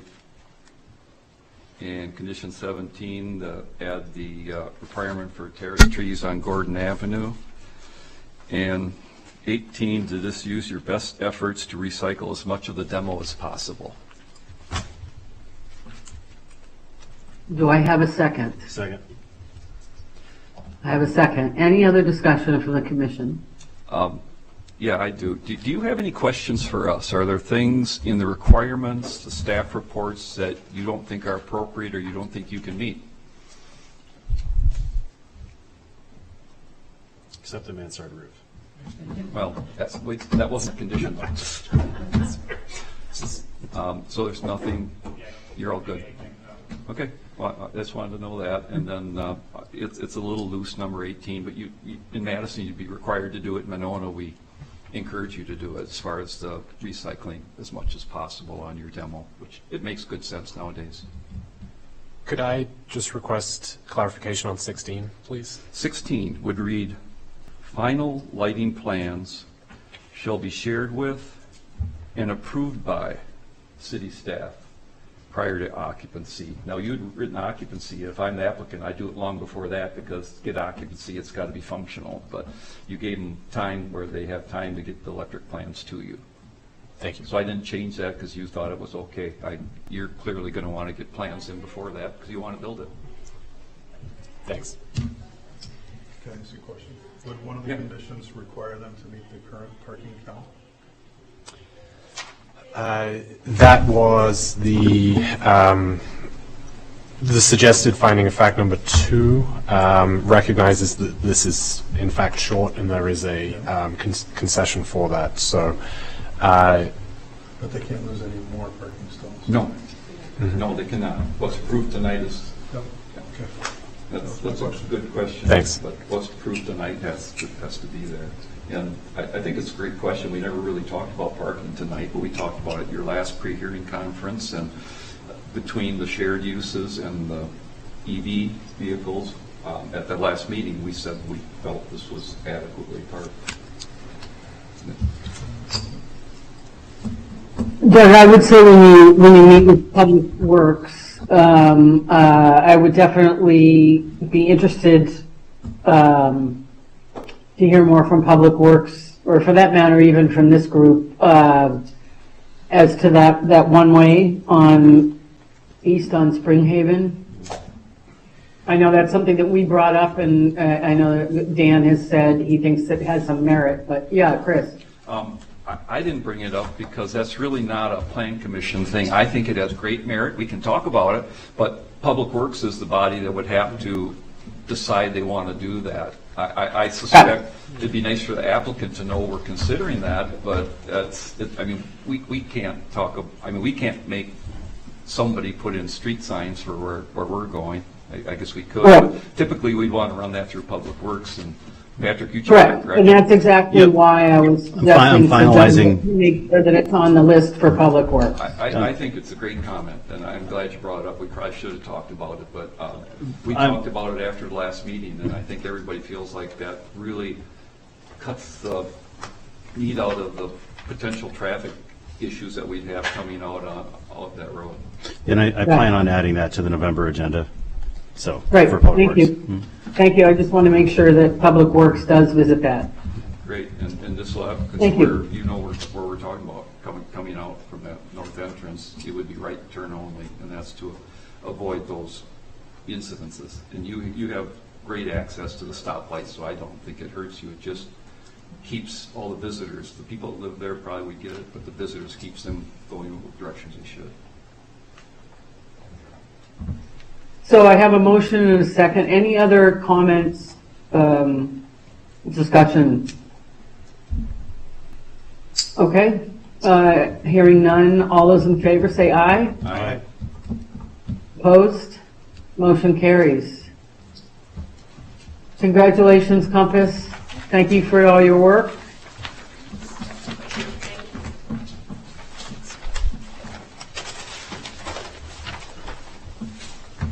Yeah, thank you. Thank you. Is that landscaping? You didn't get to talk much. Oh.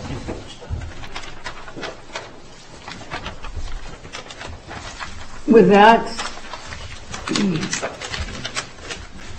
give Compass a minute to clear the room. Thank you, Darren Pope, as well.